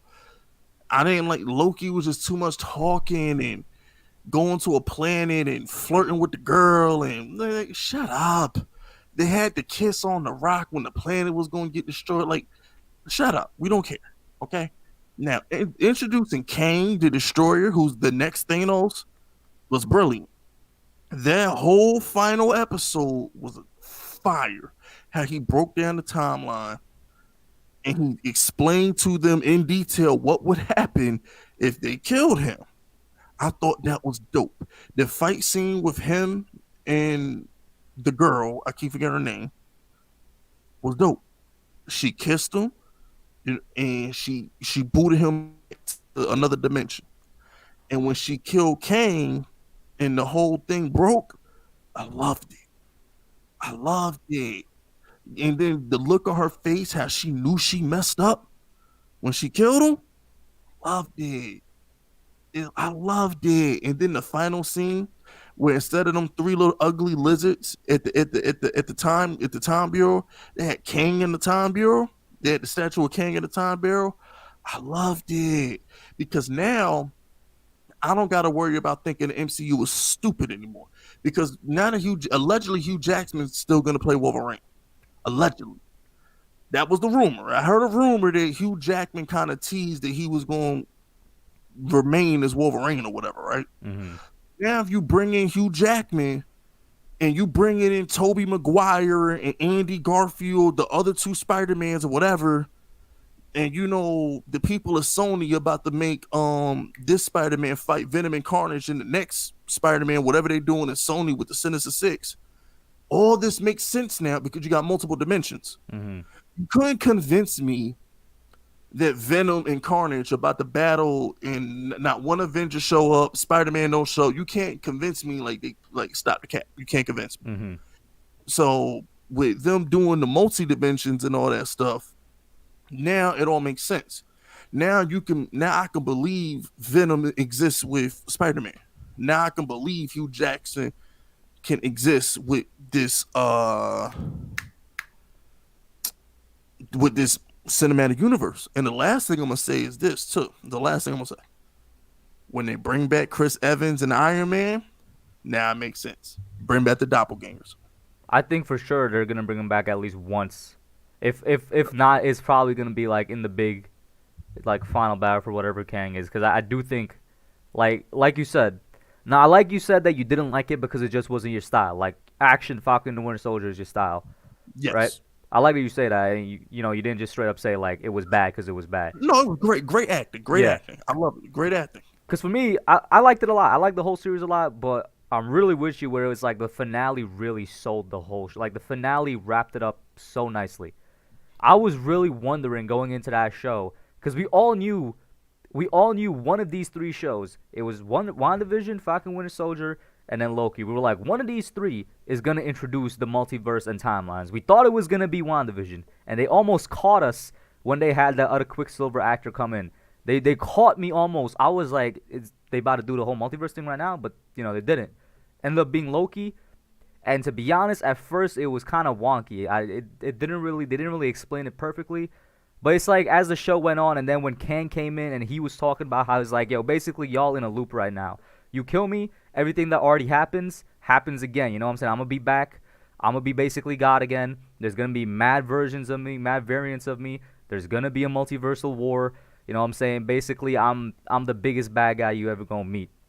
Don't kill me. They still killed him. I'm like, I like that so much, yo. He really did a better job than the entire show of explaining all the time stuff, in my opinion. And he did a really great job of like saying it was a time loop without saying it was a time loop. Because I don't think people realize all of that already which is crazy to think about. It already happened. That's why he's telling them what's going to happen. It's about to happen again. And the reason I like it so much, bro, is because I've been waiting for a good Fantastic Four movie my entire life. And this is the way it's going to happen. Because Kang is a descendant of Reed Richards. They whenever they get the full rights to Fantastic Four, they already got a way in of doing that. Oh, it's coming. That's 2023. They said, I think. 2023. We get that. No, yeah, we get Blade and Fantastic Four 2023. Exactly. So they already got a nice way in with Kang, and then you already know what that's gonna be. Whatever the next phase is gonna be, is gonna be Galactus eventually. Like that's the ultimate goal. I think I could be wrong, but I hope that's the ultimate goal. That'll probably be like the third. Well, when would they do that? Because Kang is supposed to be the big bad right now. Right now, that's what I'm saying. And I think after that, it should be Galactus because they got the 10 years from Galactus. Exactly. The way Kevin Feige be moving. Exactly. But my whole thing was the only knock I had on the finale. The only knock I had on it was, okay, you are. The only knock I had was the Kang that they had. Okay, here's what I'm trying to say. Allegedly, in Ant-Man and the Wasp, the Kang Conqueror is gonna be a mean mofo. We're gonna have like the actual Kang the Conqueror, yeah, in the Ant-Man movie. He gonna be a mean mofo. He gonna be what we're actually, when you think of Kang, he's gonna be that one. Yeah, so I was like, okay, so we got like the nice guy version of Kang, which was cool, but I was like, I don't know, man. I was like, there's a piece of me that feels like the nicer the bad guy is, the more ruthless he is. He scared me. I said he's too calm, he's too playful, too friendly. He's too friendly. Anytime somebody's that in control and you there to kill them, you know they're too powerful. Bro. I mean, listen here, listen. Your theory could make sense because he literally said, "Hey, man, everything y'all are," like I said, he was basically God. People don't realize that man was God. He wrote everything that happened. He was like, "You're only here because I wrote it so that you come here, bro." Every single step you took, every mistake you made, you thought you weren't getting closer. I did it so you were getting closer to me. That's why I was like, I kind of agree with you. I'm like, that dude was more powerful. They kind of set him up, that nice Kang. There's nobody ever going to be more powerful than him in the entire MCU just because he was literal God. Yup. And that's my thing. I'm like, okay, where do you go from that? Because the mean Kang, obviously he's going to lose in the Ant-Man movie because it's got to have some kind. Well, I don't know. This Marvel, it might not have a happy ending. It might end on a cliffhanger. Yeah. But my whole thing is, but that's not going to be the last that we see of him. Definitely not. We're going to have multiple Kangs because he broke the timeline. Well, she broke the timeline. So now we get multiple Kangs. I'm just trying to understand from Marvel's perspective, which Kang, okay, here's what I'm trying to say, Kush. Which Kang is the villain? If we're going to get multiple Kangs, which one is the one that's going to be the boss, the Thanos of the next 10 movies? I think what is going to happen is that it's just going to be more than one of them, which was the whole point of him saying there's going to be, a big multiversal war because, for his multiversal war, it was him from all different dimensions battling. So I think it's going to be more than one of them. I can't wait. All I'm know is I'm glad they did it because now whatever they do now will make sense. Now that makes sense. So they want to bring back characters. You know how excited I am for this Spider-Man movie because the rumors that Tobey and Andrew's going to be in it? Yeah. And that's what I'm saying. Now that makes sense to me. If you had Tobey Maguire and Andrew Garfield in it, now that they did the whole Kang thing, now that makes sense. Before they did the Kang thing, I was like, nah, I'm not buying that. Like, what are we doing? That's what I was thinking. I was like, is Sony about to blow this? Originally in my mind, I'm like, okay, Sony about to blow it. But now I'm like, okay, Justin Jefferson hurt. Hold up, but yeah, I'm going on Twitter right now. Is this for real? Because Chase Claypool took a hit yesterday too, right? Yeah, I don't know what happened because I was forgot what I was doing last night. It says he hurt his shoulder in practice, but there's nothing out yet on what it is. Oh, you know what? You know what a good movie is if you really want to laugh. Freaky What was that? with Vince Vaughn. Vince Vaughn horror movie. It's on HBO Max. It's when he switches bodies with this teenage girl, and the teenage girl is going on a killing spree, and then Vince Vaughn is playing the teenage girl in Vince Vaughn body. It's freaking hilarious, bro. Oh, this is a recent movie. This came out last year. Yeah, I just saw no because I actually went to watch Suicide Squad last night, and I ended up watching the Freaky movie instead because I said I might want to watch Suicide Squad in theaters instead Mm-hmm. because I got the AMC A-list pass, so it's free. I get 3 free movies a week anyway, so I'm like, I might as well just go see it. I was gonna see it today, but I was like, okay, I got to stream with my boy Kush, and then I'm going live at 7. So I said, okay, I'll probably go see it Saturday. Give me something to do Saturday. By the So way, I've only heard good things about the Suicide Squad movie, so that's that's nice. why I don't know if I'm gonna like it or not. Mm-hmm. Because normally I like the movies they hate. I love Batman versus Superman. Me too.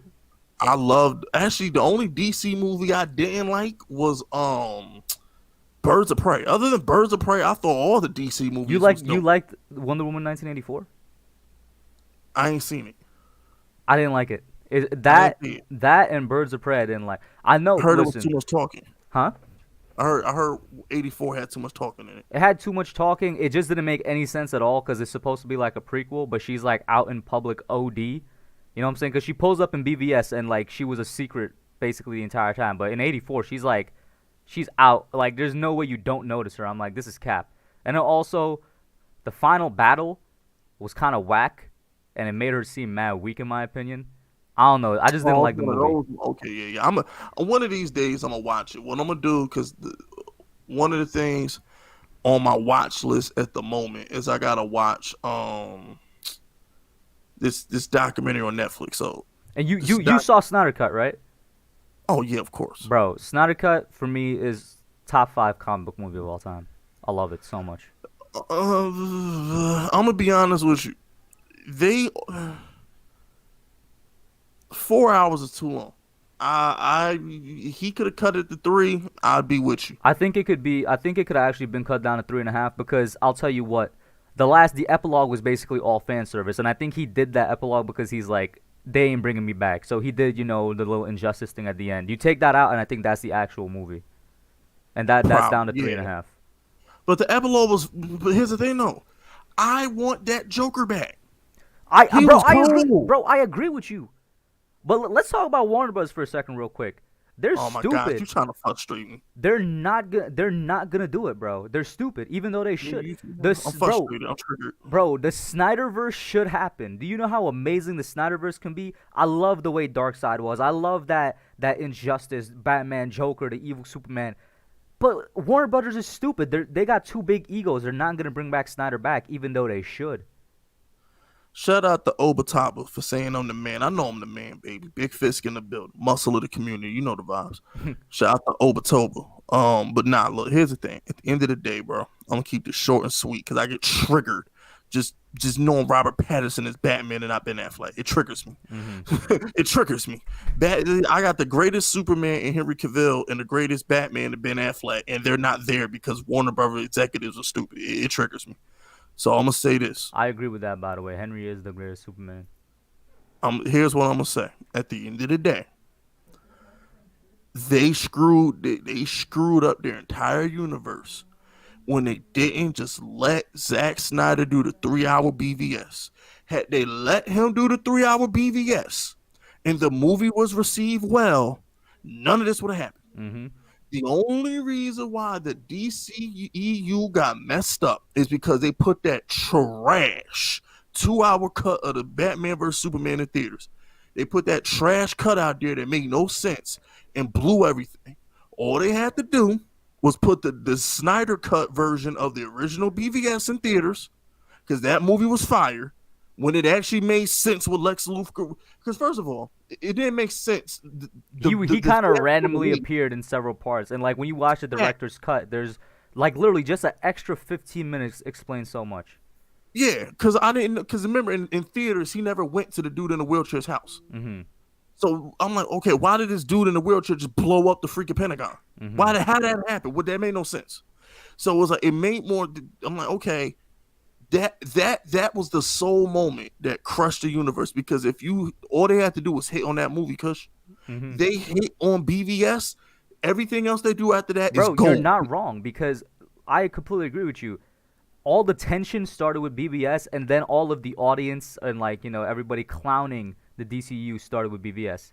Everything started at that point, and it's like all Warner Brothers' fault. Yeah, because you know what? They changed everything because allegedly the original Suicide Squad had more Joker in it, but he was too Oh, violent. that's another thing I want to do because that's been trending. I've been trying to get that to continue trending. Release the Ayer cut, because the Yeah, Ayer cut of Suicide Squad, just like the Snyder cut of Justice League, all the actors say it's better, and all the actors says that Joker is actually a really good Joker because he has like 20 minutes cut out from the movie. yeah, but you know why they're not going to do that? Because at the end of the day, they want Warner Brothers, in my opinion, they want to go. All right, because Warner Brothers is so stupid. Okay, here's what I'm gonna say. Let's skip to our end goal. Okay, at the end of the day, there's only one man who can save the DCEU. And I ain't talking about the movies. I'm talking about the actors. Okay, I want Cavill. I want Ben Affleck. There's only one person Please who tell can me it's save The it. Rock, bro. You already know. It, If The Rock say, yeah, you because got we already literally, got you have what is currently the largest superstar in the world ding, ding, on your ding, roster. ding, And I've been saying it too. He not only does he share the same trainer as Henry Cavill, him and Henry Cavill are actually friends in real life, ding, ding, and same agent, same his agent wife, as well. And Rock's they've wife, both both been they saying for years, because remember, the Black Adam movie been in development since like 2015. forever. They've been saying since back then they want to work together and they want to get this Superman and Black Adam role. And I agree with you. If he says do this, with the amount of power he has right now, they got to do it. And remember, guess what else The Rock said? He says, "Yo, my Black Adam exists in the current DC universe, the In Snyderverse." Snyder's, yeah. He says that's where my Black Adam fits at. And what bothered me the most, this is why I hate DC. Not everybody want the jokey. I hated freaking the last 5 Marvel movies. Bro, I hated them. bro, you They're don't hate too DC, you funny. hate Warner Brothers, bro, because they're the one that said let's make it lighthearted instead of continuing with Yeah, our but tone. that's what I'm saying. Like, I hated those Marvel movies. I like dark and gritty. I don't want jokes. That's why I'm like, yo, why y'all trying to make everything all lighthearted? This is DC, not lighthearted. Bruce Wayne's family got murdered in the alley. Okay, there's nothing lighthearted about that. In the Injustice storyline, this man, the actual Injustice story, this man Superman literally puts his hand through Joker's chest and crushes his heart, bro. Facts. And then it's like they was like, how could you make Superman kill? How could you make bro? You Superman in real life not sparing General Zod after he murdered millions of people. Mm-hmm. You not let me ask you a question. They wanted to spare General Zod, right? Where they gonna put him at? Well, what's gonna hold General Zod? What president Exactly. gonna hold General Zod? I'm like, come on, y'all so stupid. Oh, Superman doesn't kill. Batman doesn't kill. Batman killed 1,000,000 people in Bro, BVS. remember how angry people were that he had a gun? I'm like, yo, if y'all don't chill, bro, like, it's like not everything's gonna be all Marvel and jokey, laugh. That's why I hate Ragnarok was the worst movie on the planet, bro. you know I'm why? like, You know why I did like Ragnarok though? Because it was the only one that showed Thor's like true power, in my opinion. nah, the movie was trash, bro. They were joking every 5 seconds, bro. And it's the same thing, yo, cuz the end of the Black Widow. No, the last half of Black Widow, all that old man did was crack jokes. I'm like, okay, Yo, Black Widow this was not a good movie. movie was trash. It was not a good movie, man. My whole thing is this, right? I was hoping she was gonna be John Wick, which I guess because it's Marvel and they don't like doing grimy stuff. I should have known better, but I'm like, she's a female Russian assassin. I want to see her shooting people directly in the face, snapping necks, and throwing people off buildings. I want her to walk into a room with 25 She guys. was not an assassin in this movie, bro. She wasn't. She was not an Her assassin. sister was the assassin who was killing everything. I'm like, I wanted to see Scarlett Johansson walk into a room with like 30 bad guys in the middle of a club or something and just murder everybody. You know what I'm saying? On some John Wick type stuff. That's what I wanted. And I'm like, I didn't get that. I'm like, she's supposed to be a. There were so many things wrong with the Black Widow movie. One, she wasn't an assassin. Two, the biggest thing for me is like what was accomplished in the movie. So she stopped a Nothing. small dude, like let's be real, on the Marvel scale, a small villain that she thought she already took care of, and she reunited a fake family. Like what? Yeah, and that's another thing. But hold on, time out. Pause. This happens right before the Avengers, right? Yeah. So Tony Stark don't know about no secret layer in the middle of the sky doing all this technology. So you mean to tell me Tony Stark, who literally built an army full of Iron Mans to protect the entire planet of Earth, didn't notice nothing in the sky? Tony Stark ain't noticed that under that little training facility in the cloud. Come on, bro. I was like, I'm not Not only buying that, you're telling me all of Shield just doesn't know about her sister. facts. That's now gonna be like the next Black Widow or something. And now she's going after what's his name, Hawkeye. Yeah, I'm like, come on, man. What are we doing, bro? Y'all doing too much. And it's just like I said, me personally, I was talking with my boy Boogie. I was like, Boogie, if Warner Brothers was smart, which they're not, all they gotta do for this, if they, because there's multiple Earths. We already know they're about to introduce the multiverse in the Flash movie, whatever, right? There's multiple Earths in the DCEU or whatever, right? Give Batman a TV series. Give Ben Affleck 10 episodes. Bro, Give him 10 episodes. if they just hand off the Snyderverse to HBO Max, I will be happy. That's all I said. I would be give happy. Ben Affleck 10 movies. If Henry Cavill, let Henry Cavill get 10 episodes. Give Ben Affleck and Henry Cavill 10 episodes on HBO Max. Let the Snyderverse be on HBO Max, and then you could do the Justice League big compilation in the movie theaters. You can get the bag. Mm-hmm. But nobody cares about Robert Pattinson. I'm not trying to hear that, bro. Don't nobody care about that Batman, bro. He don't even lift weights. We got this skinny little Batman out, man. Please, Listen, man, I'll say this. I want obviously the Snyderverse. I've been saying it the entire stream, but I am interested to see how the Robert Patterson Batman turns out.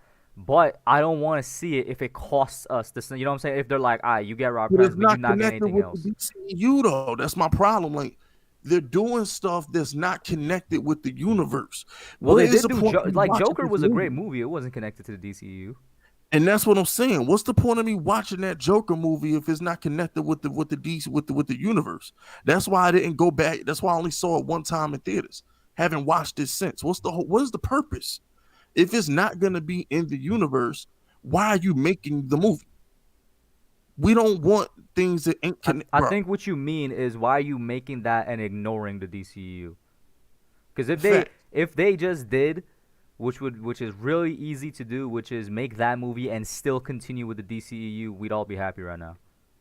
And the same thing goes for Mortal Kombat, by the way. All they got to do for Mortal Kombat is give Sonja and Jax their own TV show and let Sub-Zero be the villain that they chasing. And listen, Mortal Kombat, I like the movie, but still to this day, I'm like, what was the point of the made-up character that was the main character, bro? Like, y'all really couldn't make Johnny Cage the main character or something, my guy? Like, for real? I don't know what the point of that was either. My whole thing is that they don't need to do Mortal Kombat movies. At this point, just do the TV show. I don't want another Mortal Kombat movie. I want the TV show. The Mortal Kombat is better off doing a 10-episode, a 10-hour movie. Mm-hmm. Give me 10 episodes. Make it Sonja and Jax. They're the two main characters. And then they bring in Johnny Cage and they're chasing Bihan and they're chasing Shang Tsung. That would be dope. Know what I'm saying? Mm-hmm. They chase Sub-Zero, they chase Shang Tsung. And in season 2, we get Shao Kahn. And then we do Shao Kahn for 2 seasons. Because my whole thing is this. Mortal Kombat is a tournament. You can't do a tournament in a 90-minute movie. Mm-hmm. The best way to do Mortal Kombat is to have the Mortal Kombat tournament. I want to see Sub-Zero and Scorpion fight for an episode. Let me get Kano and Sonja for an episode. Let me get Jax versus whoever that guy was for an episode. Let me get Cabal and versus Liu Kang for an episode. I'm still mad they killed Kung Lao, man. It was dope though. It was dope. It was dope. You gotta admit, it was dope though. it was, but it's like really though, like he was that dude in the movie. He was. Kano too. And then I don't even like the way Kano died. She stabbed him in the eye. All right, here's my thing. Kano and Melina didn't die right. Kano and Melina didn't die right. They got to I'm bring like, back Melina at the very least because she's like a big part of Mortal Kombat. facts. I'm like, Melina, I'm like, okay, so Sonja, first of all, how do Sonja learn her powers? We just spent 30 minutes watching Kano and freaking And the main character, the whole um movie, we spent the whole movie with the main character trying to figure it out. and Sonja gets her powers in 10 seconds. I'm like, BS. And then she stabbed Kano with a freaking uh what is it? It was A a little gnome, a garden troll. gnome. Yeah, a little garden gnome. I'm like, bro, Sonya got the freaking kiss of death. She blow fire. Even Mortal Kombat Annihilation, she blew the fire at Cyrex. I'm like, come on, bro. And I'm like, what are we doing? At least Liu Kang got to do his freaking flaming dragon thing, whatever it was.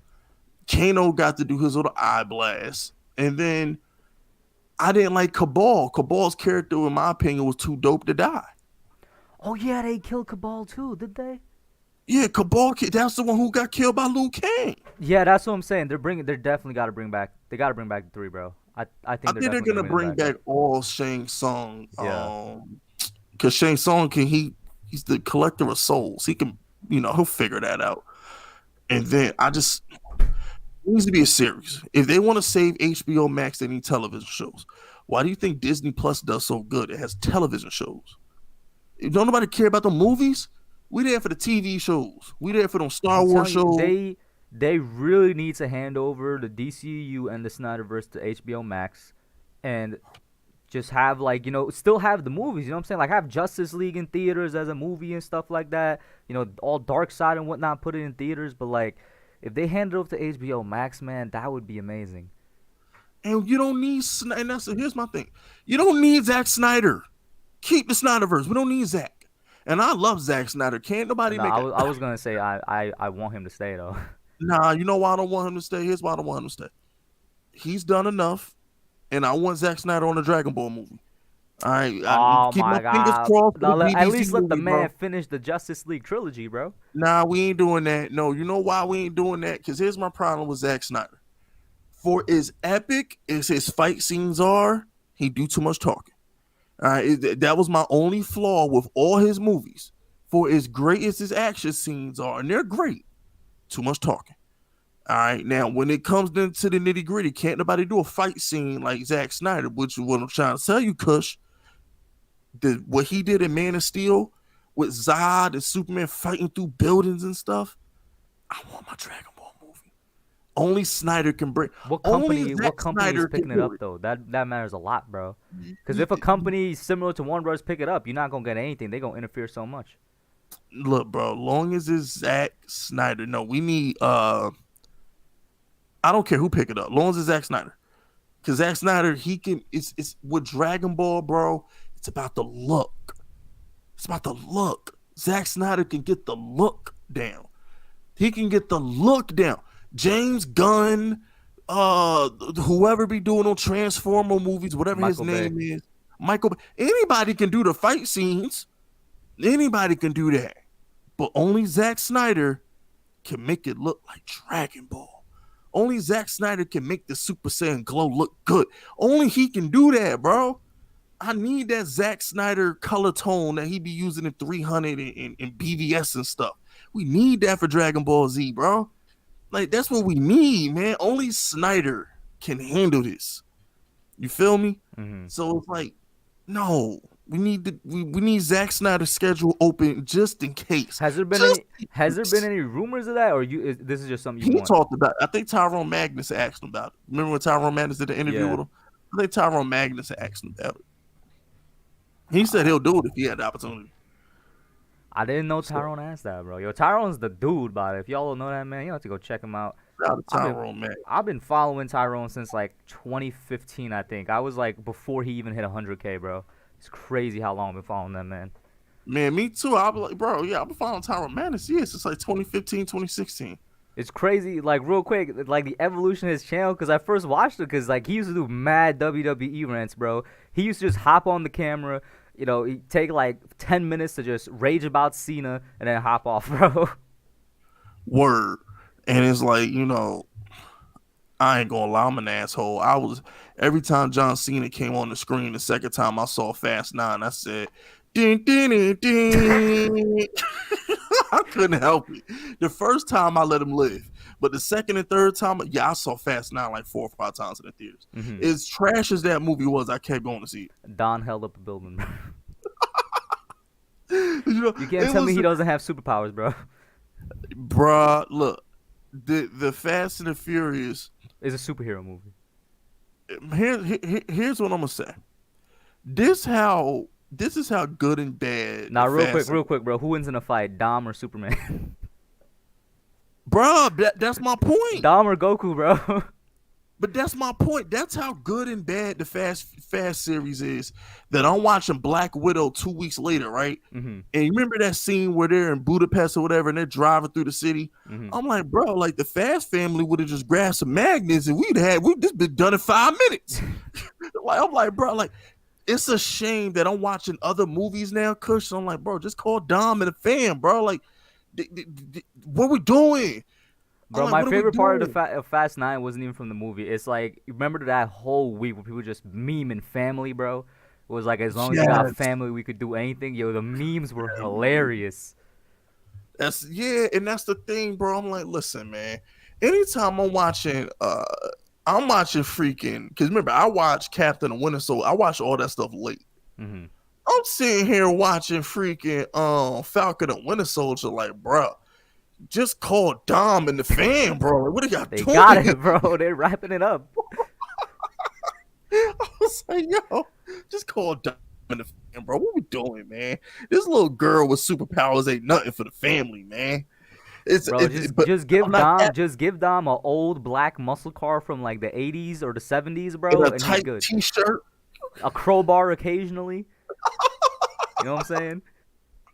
Bro, and I sat back and I said, I was watching Loki one time, and and I'm stupid. I'm one of the, when I watch TV shows, I'm always cracking jokes to myself. Like I'm talking out loud, cracking jokes. I was like, bro, Tyrese and Ludacris would have been solved the Time Bureau mystery. Like, come on, what are we doing? Yo, I will say at one point I was I wasn't really messing with what they were doing with Tyrese's character, because he went from like being that dude, he was like mad mean, he was mean mugging everybody in the second movie, you know what I'm saying? He was like on the same level as Paul and Dom, and then he went to comedic, but it's like they kind of bringing him back a little bit. They need him to be Vin Diesel. Here's the thing, right? Here's the thing. This is why the movies are trash without The Rock. This is why. Dom's character is so serious. Mm-hmm. Okay? He's so serious.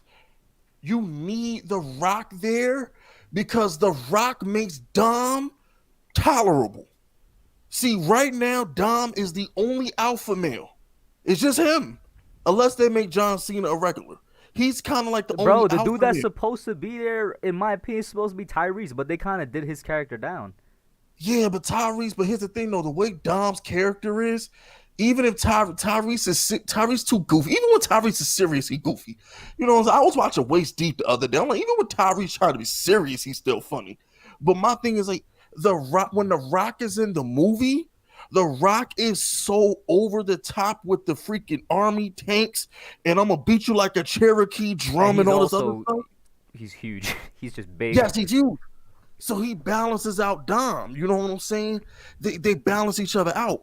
When you take The Rock out of the Fast and the Furious movies, and all you have is Dom's gloomy personality as a dominant figure, it brings down the mood of the movie.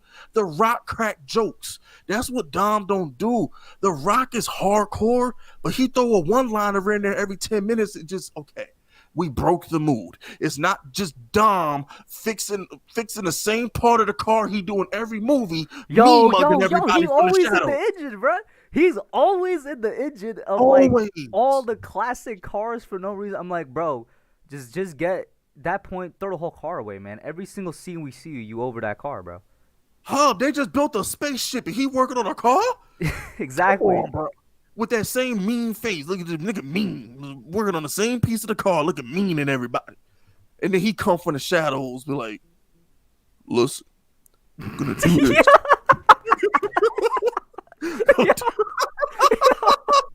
Yo, this man said, listen. We're gonna do this. We could do the only way we can accomplish this is we stick together like family. It's like, yo, When I look around this room, all I see is not friends, but family. Family. And we gotta, as long as we have that, we can do anything.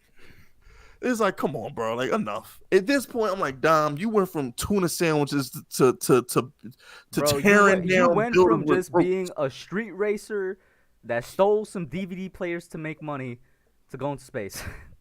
That's what I said. I'm like, bro, I'm like, first of all, my whole thing is this. They went from running from the cops to tearing through whole cities with magnets and tanks. Like, what we doing? But first of all, okay, bro, he drove off a cliff, and by some miracle, Kush, he hooked a rope to a 2-ton car. Yeah, bro, he was swinging like Tarzan, but the car was Tarzan. I'm like, bro, ain't no rope about to swing you 2 miles across a bridge. And how did you even? First of all, how logically? Really, Kush. Well, logic is out the window since like the 5th movie.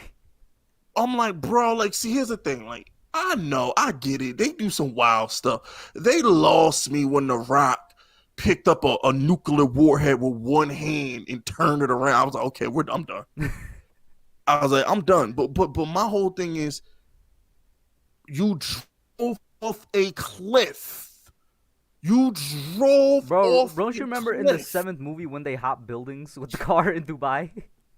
I could believe that, though. That was believable. I'm like, okay, you speed through the buildings, you get lucky, nobody dying, and no innocent civilians dying was that was a bit unrealistic. But I can buy that because at least you have a destination, Kush. Mm-hmm. Your destination was close. This was like 2 to 5 miles, and you're swinging from a rope. A rope. That rope was on a bridge that was supposed to carry human beings that were like 150 to 200 pounds, bro.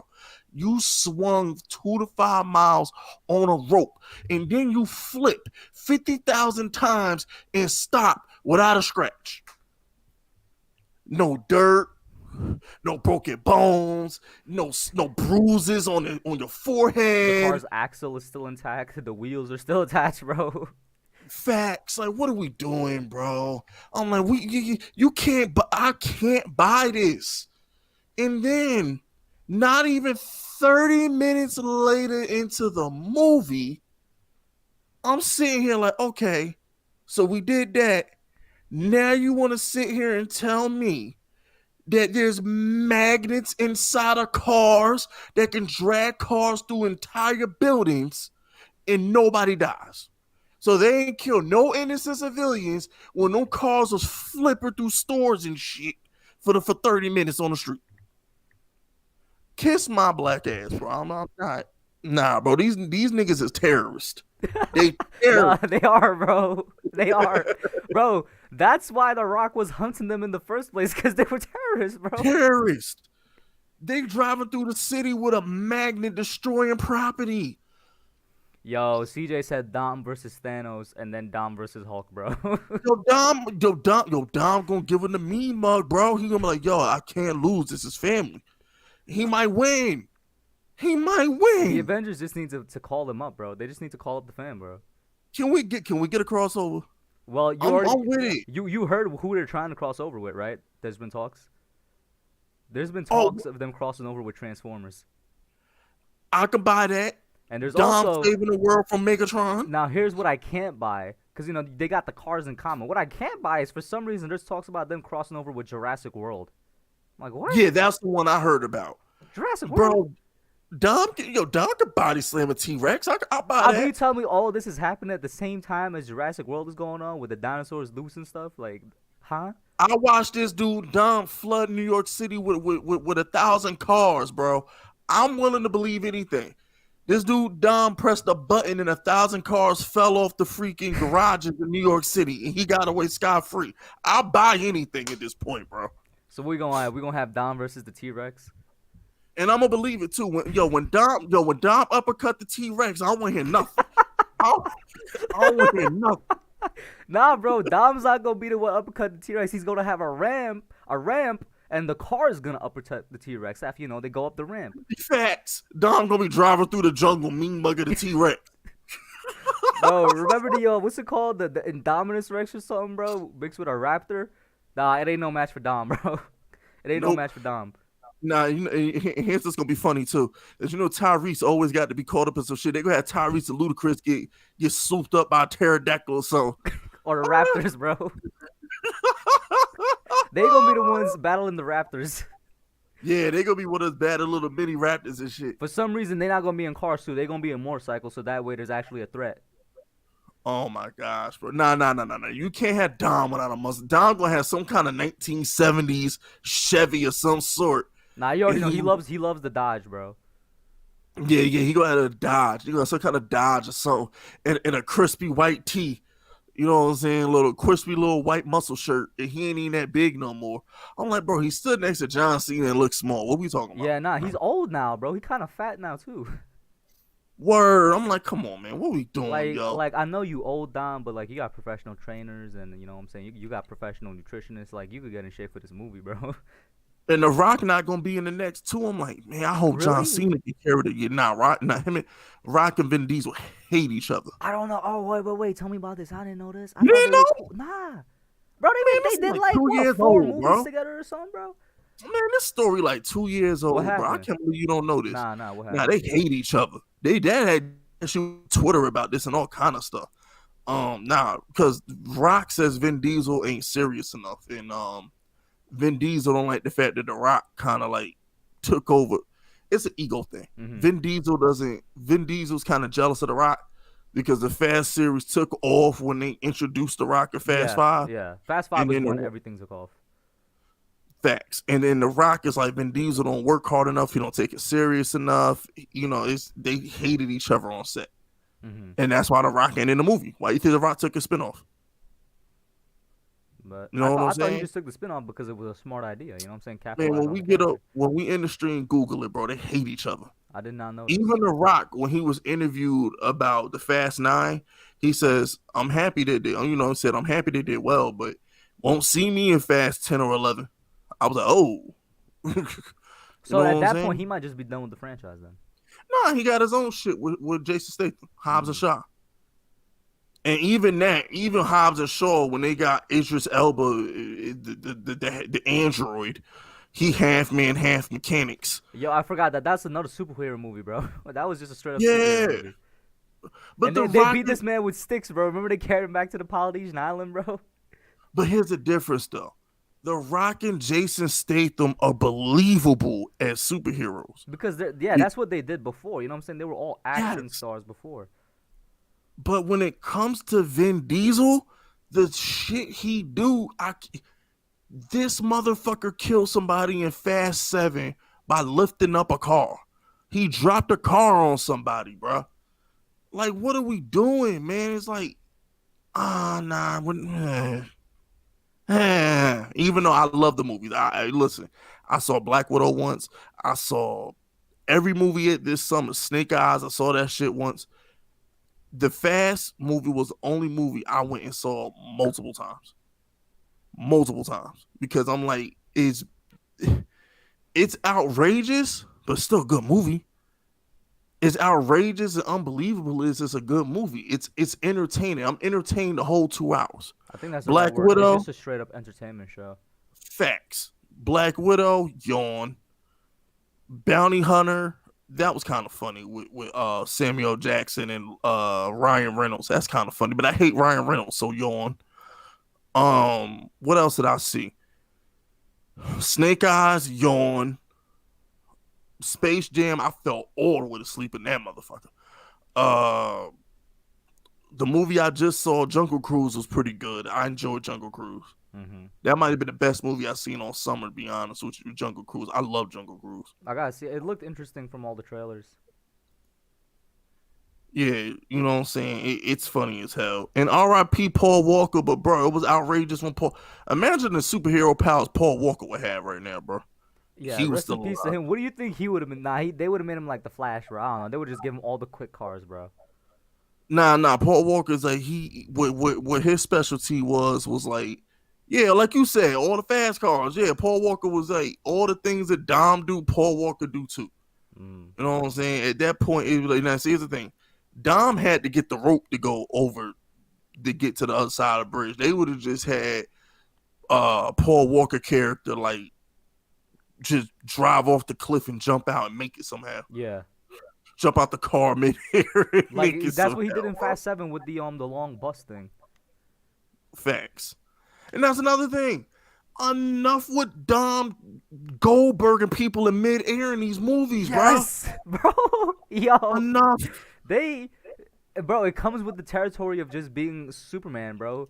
Holding up a building, he's gonna be Goldberg and people, bro. This dude Goldberg, John Cena midair through a freaking building. I'm like, get the hell out of here, bro.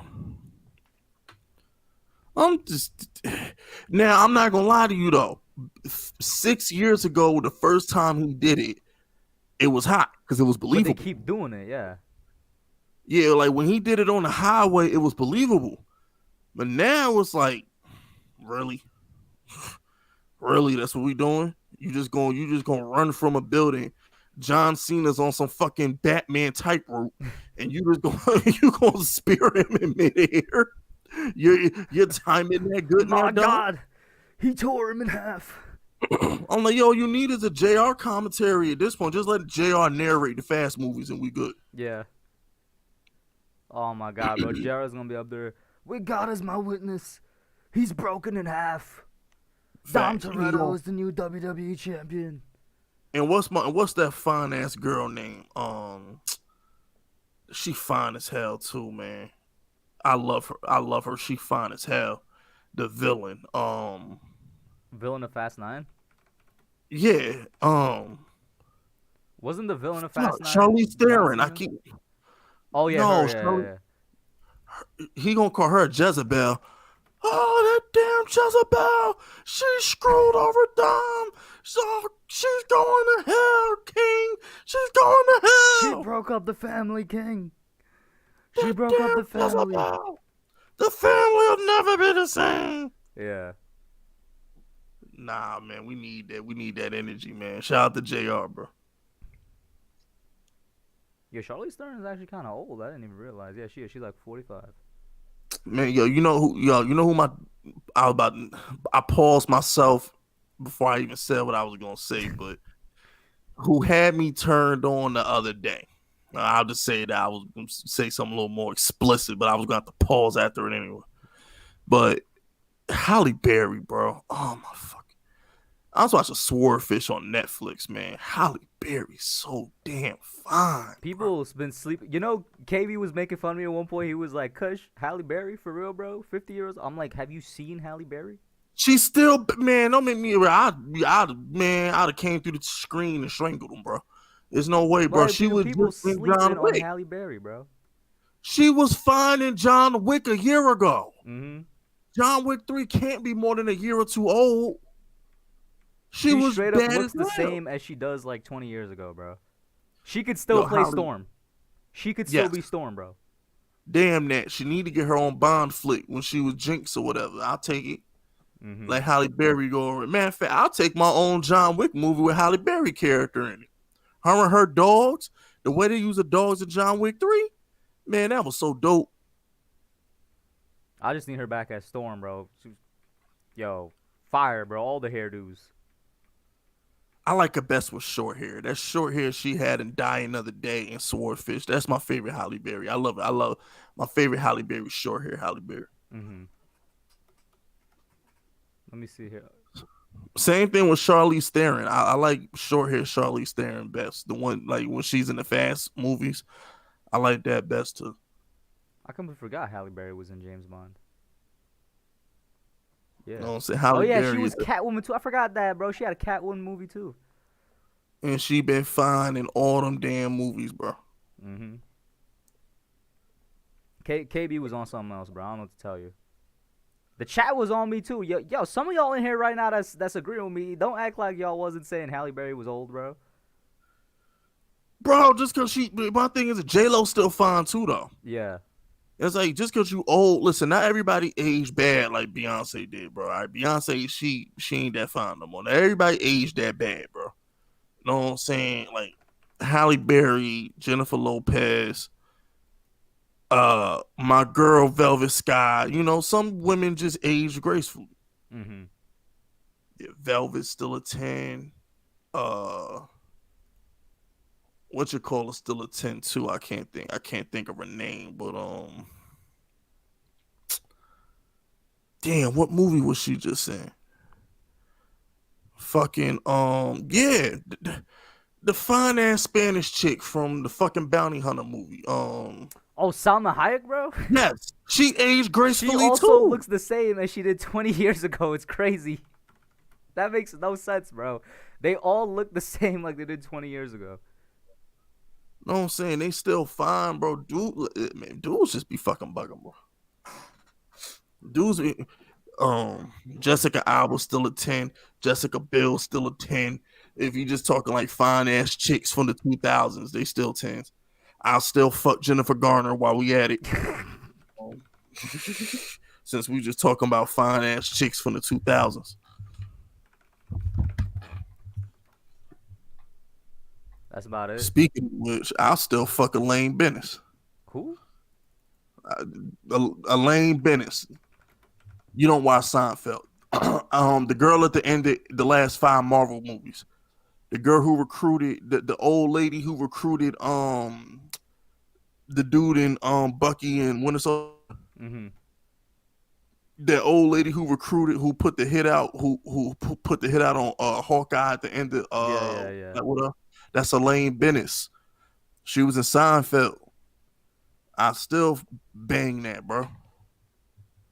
Well, that's definitely before my time. I don't know nothing about her. That's way before your time. Seinfeld way before your time. No, CJ, not Mariah Carey. Mariah Carey did not age gracefully. She didn't age gracefully, but 20 years ago, she was the bad. Mariah Carey was bad as hell 20 years ago, bro. Mm-hmm. I was watching State Property 2 the other day. Mariah Carey was fine in a motherfucker 20 years ago. Yo, you good over there, bro? You need some water? Who, me? Yeah. Hell nah. This regular shit for me. I'm a pussy connoisseur, bro. I am a pussy connoisseur. I talk, talking badass chicks is what I do, bro. I know my bitches better than I know my sports, bro. I got an eye for talent. You understand? You know what I'm saying? I know my taste. I'm batting 1,000 when it come to bad bitches, bro. I be batting 1,000, bro. I done picked out beautiful women that dudes thought was ugly, and then they see them 2 weeks later. Like, yo, you right? She is kind of hot. I'm like, I know. I can see beauty on a bad day. You can't. You know what I'm saying? Like, listen, man. Allegedly, my daddy was a pimp, bro. I mean, I've heard through the grapevine that my daddy was a pimp. Now I got pimp genes in me. You know what I'm saying? I can spot talent. You know what I'm saying? Oh, wait, real quick, just because Hakeem brought it up. I got 15 more minutes, and this is right. We didn't even get to WWE. I don't know if you heard about them releasing Bray Wyatt. Good. Maybe he'll be better in AEW. You didn't like the I Fiend. heard about it. I don't know why. I didn't watch none of the videos, but I do know he got released. So did you like the Fiend character or not? I didn't care. At that point, I haven't cared about WWE in so long. I didn't care. Only thing I knew was they set his ass on fire. I was like, get the fuck out of here. Really? My bad with the language, but yeah, when they set him on fire, I was done. I was like, so we setting people on fire now, Vince? We got zombies at ringside biting people, they've Vince? been setting people on fire, bro. Mick Foley always been set on fire. No, but not like that. Not like that though. When Kane lost the Inferno match, the Undertaker, they set his arm on fire. They didn't set his whole body on fire in the middle of the ring, bro. His whole body got set on fire in the middle of the ring, bro. Mm-hmm. Randy Orton lit him on fire like he was a Friday the 13th or some shit. They doing too much. So let me get this straight. All right. I hate to be that guy, but I'm gonna be that guy. So he could survive being set on fire, but he gonna lose to a pin count? Where does his character go from there? You kill him permanently at that point. At that point, he can never lose. Mm-hmm. This dude got set on fire and lived. You mean to tell me he gonna lose to a 3 count?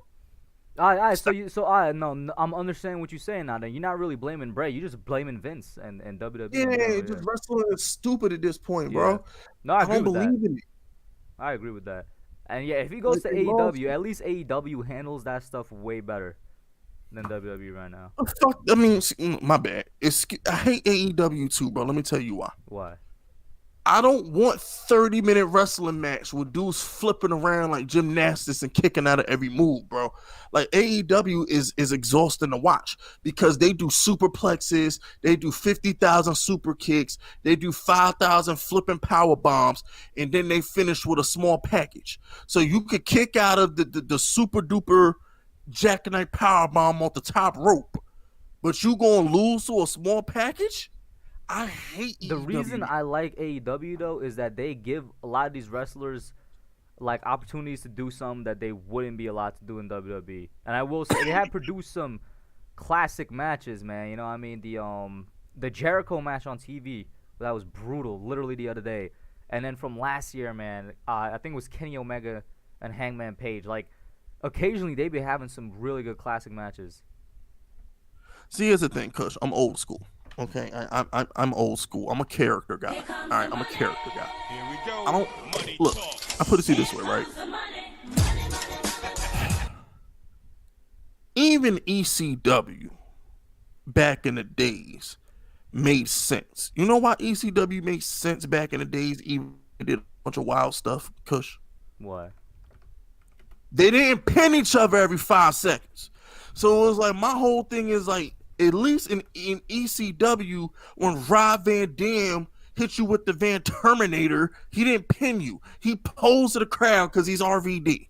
When the Dudley Boys hit you with 5 steel chair shots, they drug you to the corner. Devon got the tables and it did something else to you. Mm-hmm. It makes sense. These dudes and then they do 50,000 super kicks. Do they not know what a headlock is? I just get tired of it, bro. It's like, no. Like, these AEW save it for the pay-per-views.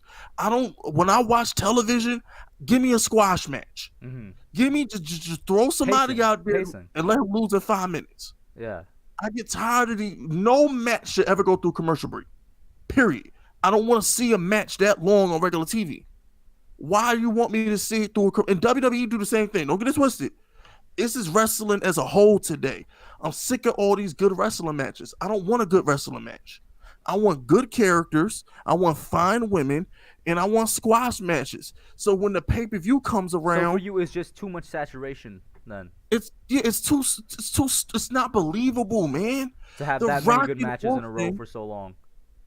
The Rock and Austin were believable. Mm-hmm. If you watch Brock Lesnar, he's believable. I don't believe in these dudes. Like, the wrestling is fake. So give me a product I can believe in. I hear you where you're coming from there because nothing in the past decade compares to what the Ruthless Aggression era was and the Attitude era. Like, from 97 all the way till I want to say 11 was just golden. Just everything was just good product after good product. CM Punk was believable. I'm a character guy. CM Punk was Jesus Christ. He was the only reason people were watching at one point. Facts. Like, I just want wrestling to go back to like kind of what it was, man. Like, I just want believable shit. Mm-hmm. Like this new rate, and then my thing is this too, right? And I know some people gonna disagree with this because you know, I'm not saying you specifically, Kush, but your generation hates when my generation says this. I don't want to see skinny ass dudes on TV who I can beat up at a bar wrestle. No, I don't want to see that shit. Go get the steroid headed freaks back. Period. But you like Punk though. Punk was one of those skinny dudes. Yeah, but here's the difference though. Punk was the exception. not the rule. Remember when Punk's promos was talking about the big muscle heads that Vince liked. It was cool when it was just him. But once everybody looks like CM Punk, now we got a problem. Did you like Daniel Bryan or no?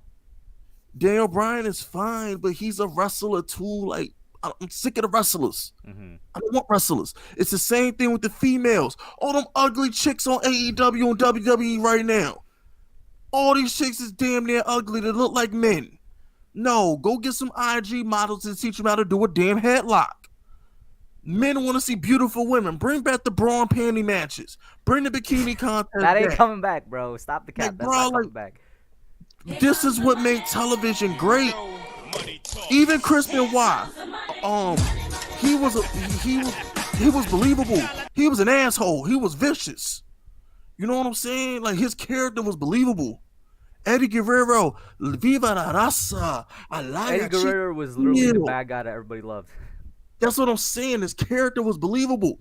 My dude, who the fuck believes in little ass the guy who does the coat flip? What's his name? Little guy who does the coat flip. Who was talking greasy to Roman Reigns a couple weeks ago. The guy with the black trunks in the 8-pack who used to dress up as who had the paint. Wait, I can't. His name's not coming. But let me get these super chats real quick. Shout out to Pandemonium for the $5 super chat. He says Julia Louis Dreyfus. I'm guessing that's another actress. And then shout out to Don Vito for the $2 super chat. He said Chris Benoit ruined the WWE. Nah, the WWE ruined the WWE. Bro, Vince McMahon it was still good up until like 2011, bro. No, they used to think he was gay. What's his name? Skinny white guy, black trunks. His move, he pops his collar with his black leather coat. What's the freaking name? Who in the world? He wears a black leather coat. Shout out to Talking Giants in the chat. He said, "What up?" Finn Balor. Just wanted to say, screw Jeff Schwartz. You don't like Finn Balor? No, bro. He's supposed to beat Roman Reigns. You want me to believe that he's gonna go one-on-one with Roman Reigns? Bro, Finn Balor is a great wrestler, though. He's small. Go to the cruiserweights. No, I'm not believing it. This is why UFC has weight classes. This is why boxing has weight classes. You're not selling me on Finn Balor. Well, I will say, yeah, if we were in like the Ruthless Aggression era, which was like the last good era, Finn Balor would be, Intercontinental Championship. Yes, stay in your lane. There's a reason the Triple H's and the Scott Steiners and the Kevin Nash's, like Hulk Hogan, the 24-inch pythons. When I turn my TV on, I want to see dudes who are larger than life, believable characters. I will smack the shit out of Finn Balor, bro. Like, come on, stop the cap. What we doing, man? I'm not buying it. These little gymnastics, these little acrobat artists is out here. That's not wrestling. Wrestling is built on characters. I watched Triple H's entrance the other day and said, thank God I was allowed to see this in person. Bro, I watched the Rock entrance. I'm like, come on, bro. Yo, speaking of, we could just get right into... Oh, CJ is saying, what about Kurt Angle, Eddie Guerrero, Chris Jericho, Bret Hart? Though, first of all, they weren't small. Second I think what he's arguing is just they were just good wrestlers. Yeah, but they had character. Everybody you named had character. Eddie Guerrero, all of those guys, I'm gonna be real with you, CJ, are some of the like best characters of all time, bro. Shawn Michaels as well, bro. He was small, but like the Heartbreak Kid is one of the most notorious characters of all time, bro. And Shawn was big. Shawn was like 6 foot, all muscle. Go back and look at Shawn in his prime. He was still a big dude. Well, he wasn't big, but he had a good body. Same thing with Kurt Angle. Kurt Angle with the was one of the greatest characters ever. And then he goes to TNA. He was a wrestling machine. Kurt Angle always had good characters. You know what I'm saying? Like, yo, me and Biggie were literally on Twitter the other day with because it was the anniversary of Kurt Angle winning the gold medal with a broken neck, bro. That was that man's character for a while. It worked, bro. It was hilarious. Facts. And that's all I'm talking about, man. Like, I miss wrestling being about characters. That's what sells it. It's the characters. Like, wrestling nowadays is just so full of shit. Why do you think Roman Reigns is getting over? It's good character work. You know, Brock Lesnar was good character work. Some of these dudes is clowns. Sorry, Bray Wyatt was great character work, but Vince never let him win, so he he never got over. Mm-hmm. Bray Wyatt should have been the Undertaker. He should have been this generation's Undertaker, but they Everybody can't knows make that. him Yeah, lose. everybody knows that. Yeah. They never let Undertaker lose. Undertaker always won back in the day on pay-per-view. Bray Wyatt always lost. John Cena, great character work. They Say just what you the want thing about with Cena is like it got to a point where they kind of overdid him. You know what I'm saying? because he didn't have anybody else. The problem with John Cena was who was he dropping the belt to? Other than Randy Orton at the time, who was he really It going to was drop the belt? Randy, and then when it came for CM Punk, the fans literally had to force them to drop the belt to CM Punk. That's true, but he dropped the belt to Edge before Edge had to retire. He would drop the belt to Edge. Mm-hmm. Edge was getting over Cena. Randy Orton got over on Cena. It's not like Cena. It's just if you're Vince McMahon, it's like who am I put over Cena? Why am I gonna drop? Why is Cena gonna drop the belt? That's how you got to put it in perspective. As much as I hate John Cena, put it in context. Who was big enough to drop? Who was big enough? Who was a big enough star for Cena to drop the belt? And that right there, it goes hand in hand. At that point, and this is right around 2011 time, which is when I think the product really went down. They couldn't build anybody at that point. Like they were in a struggle for like 6 or 7 years to build anybody good. You know why? And this is the last thing I'm gonna say because I gotta record my Evan Ingram video. Mm-hmm. The reason WWE is in the shitter right now is because when the world went X-rated, WWE went PC. We went PG. Think about it. WWE was supposed to go back to the Attitude Era, Instagram, Twitter. They were supposed to get ratchet because that's what Twitter and Instagram wanted. Ratchet shit. In the social media era, they went PG. They didn't even need to go back. If they just stuck, like, ruthless aggression was a great balance, in my opinion. If they just stuck with that, it would have been fine. Yeah, that too, but I personally believe this was a time to have, I'm going to go back to it, the brawl. Bro, this that is was the time more to ruthless put the aggression than the Attitude Era. You're misremembering. Because they had a bigger Oh, no, I know roster what at you're that saying. time. I know what you're saying, but yeah, that's what I'm saying. Well, yeah, because the Attitude Era started with John Cena. That would be 2003, right? No, ruthless aggression started with John Cena. So it was back to back. So, Attitude Era was from 97 to like 02, and then ruthless aggression was from like 03 to like 08, 09. Yeah, so if we just go back to what they did with the ruthless aggression era, see, but the thing I didn't like about the ruthless aggression era is they were still PG, as in there was no for example, even Triple H got toned down. What about he stopped beating people with the sledgehammers? Freaking Nah, that's John, like towards the end of it, because they actually turned PJ like in 08. Like towards the end of I it. thought it was early in 08. What happened? When the hell did they go PG? I thought it was earlier than 08. No, it was August of 08. Oh, you know, you're right, because Edge and Lita was having sex on TV in like 06. Yeah. Yeah, you're right. But that's what I'm saying. So they just keep the ruthless aggression energy in this decade, they'd been fine. Because in my opinion, you need to go viral. 2021, 2020, whatever the fuck. It's all about going viral. If you can't, that's what I'm saying. It goes back to character work and fine ass women. That's all the WWE and AEW, fine ass women and character work. That's what will get you over. If you want to be successful, fine ass women and character work. Because if The Rock existed in today's time, he's the biggest meme on the internet. Stone Cold, the biggest meme on the internet. JR, meme right now. He his old shit still getting over. That's what sells. I always at you in the WWE porn account, bruh. If you had Sasha Banks and fucking Bailey and Lana and shit, if they was strutting around the bikini contest like they did back in the days, that shit would get over. Nikki Bella got over because she showed her tits every chance she got. Yo, but they're good wrestlers, bro. Fuck that. Nah, that's where I'm gonna disagree with you. I agree with most of everything else, but that's where I'm gonna disagree with you. Nah, fuck wrestling. I don't care about wrestling. Are you pretty or not? Fuck that. When it comes to the women, I don't care how fucking good you were.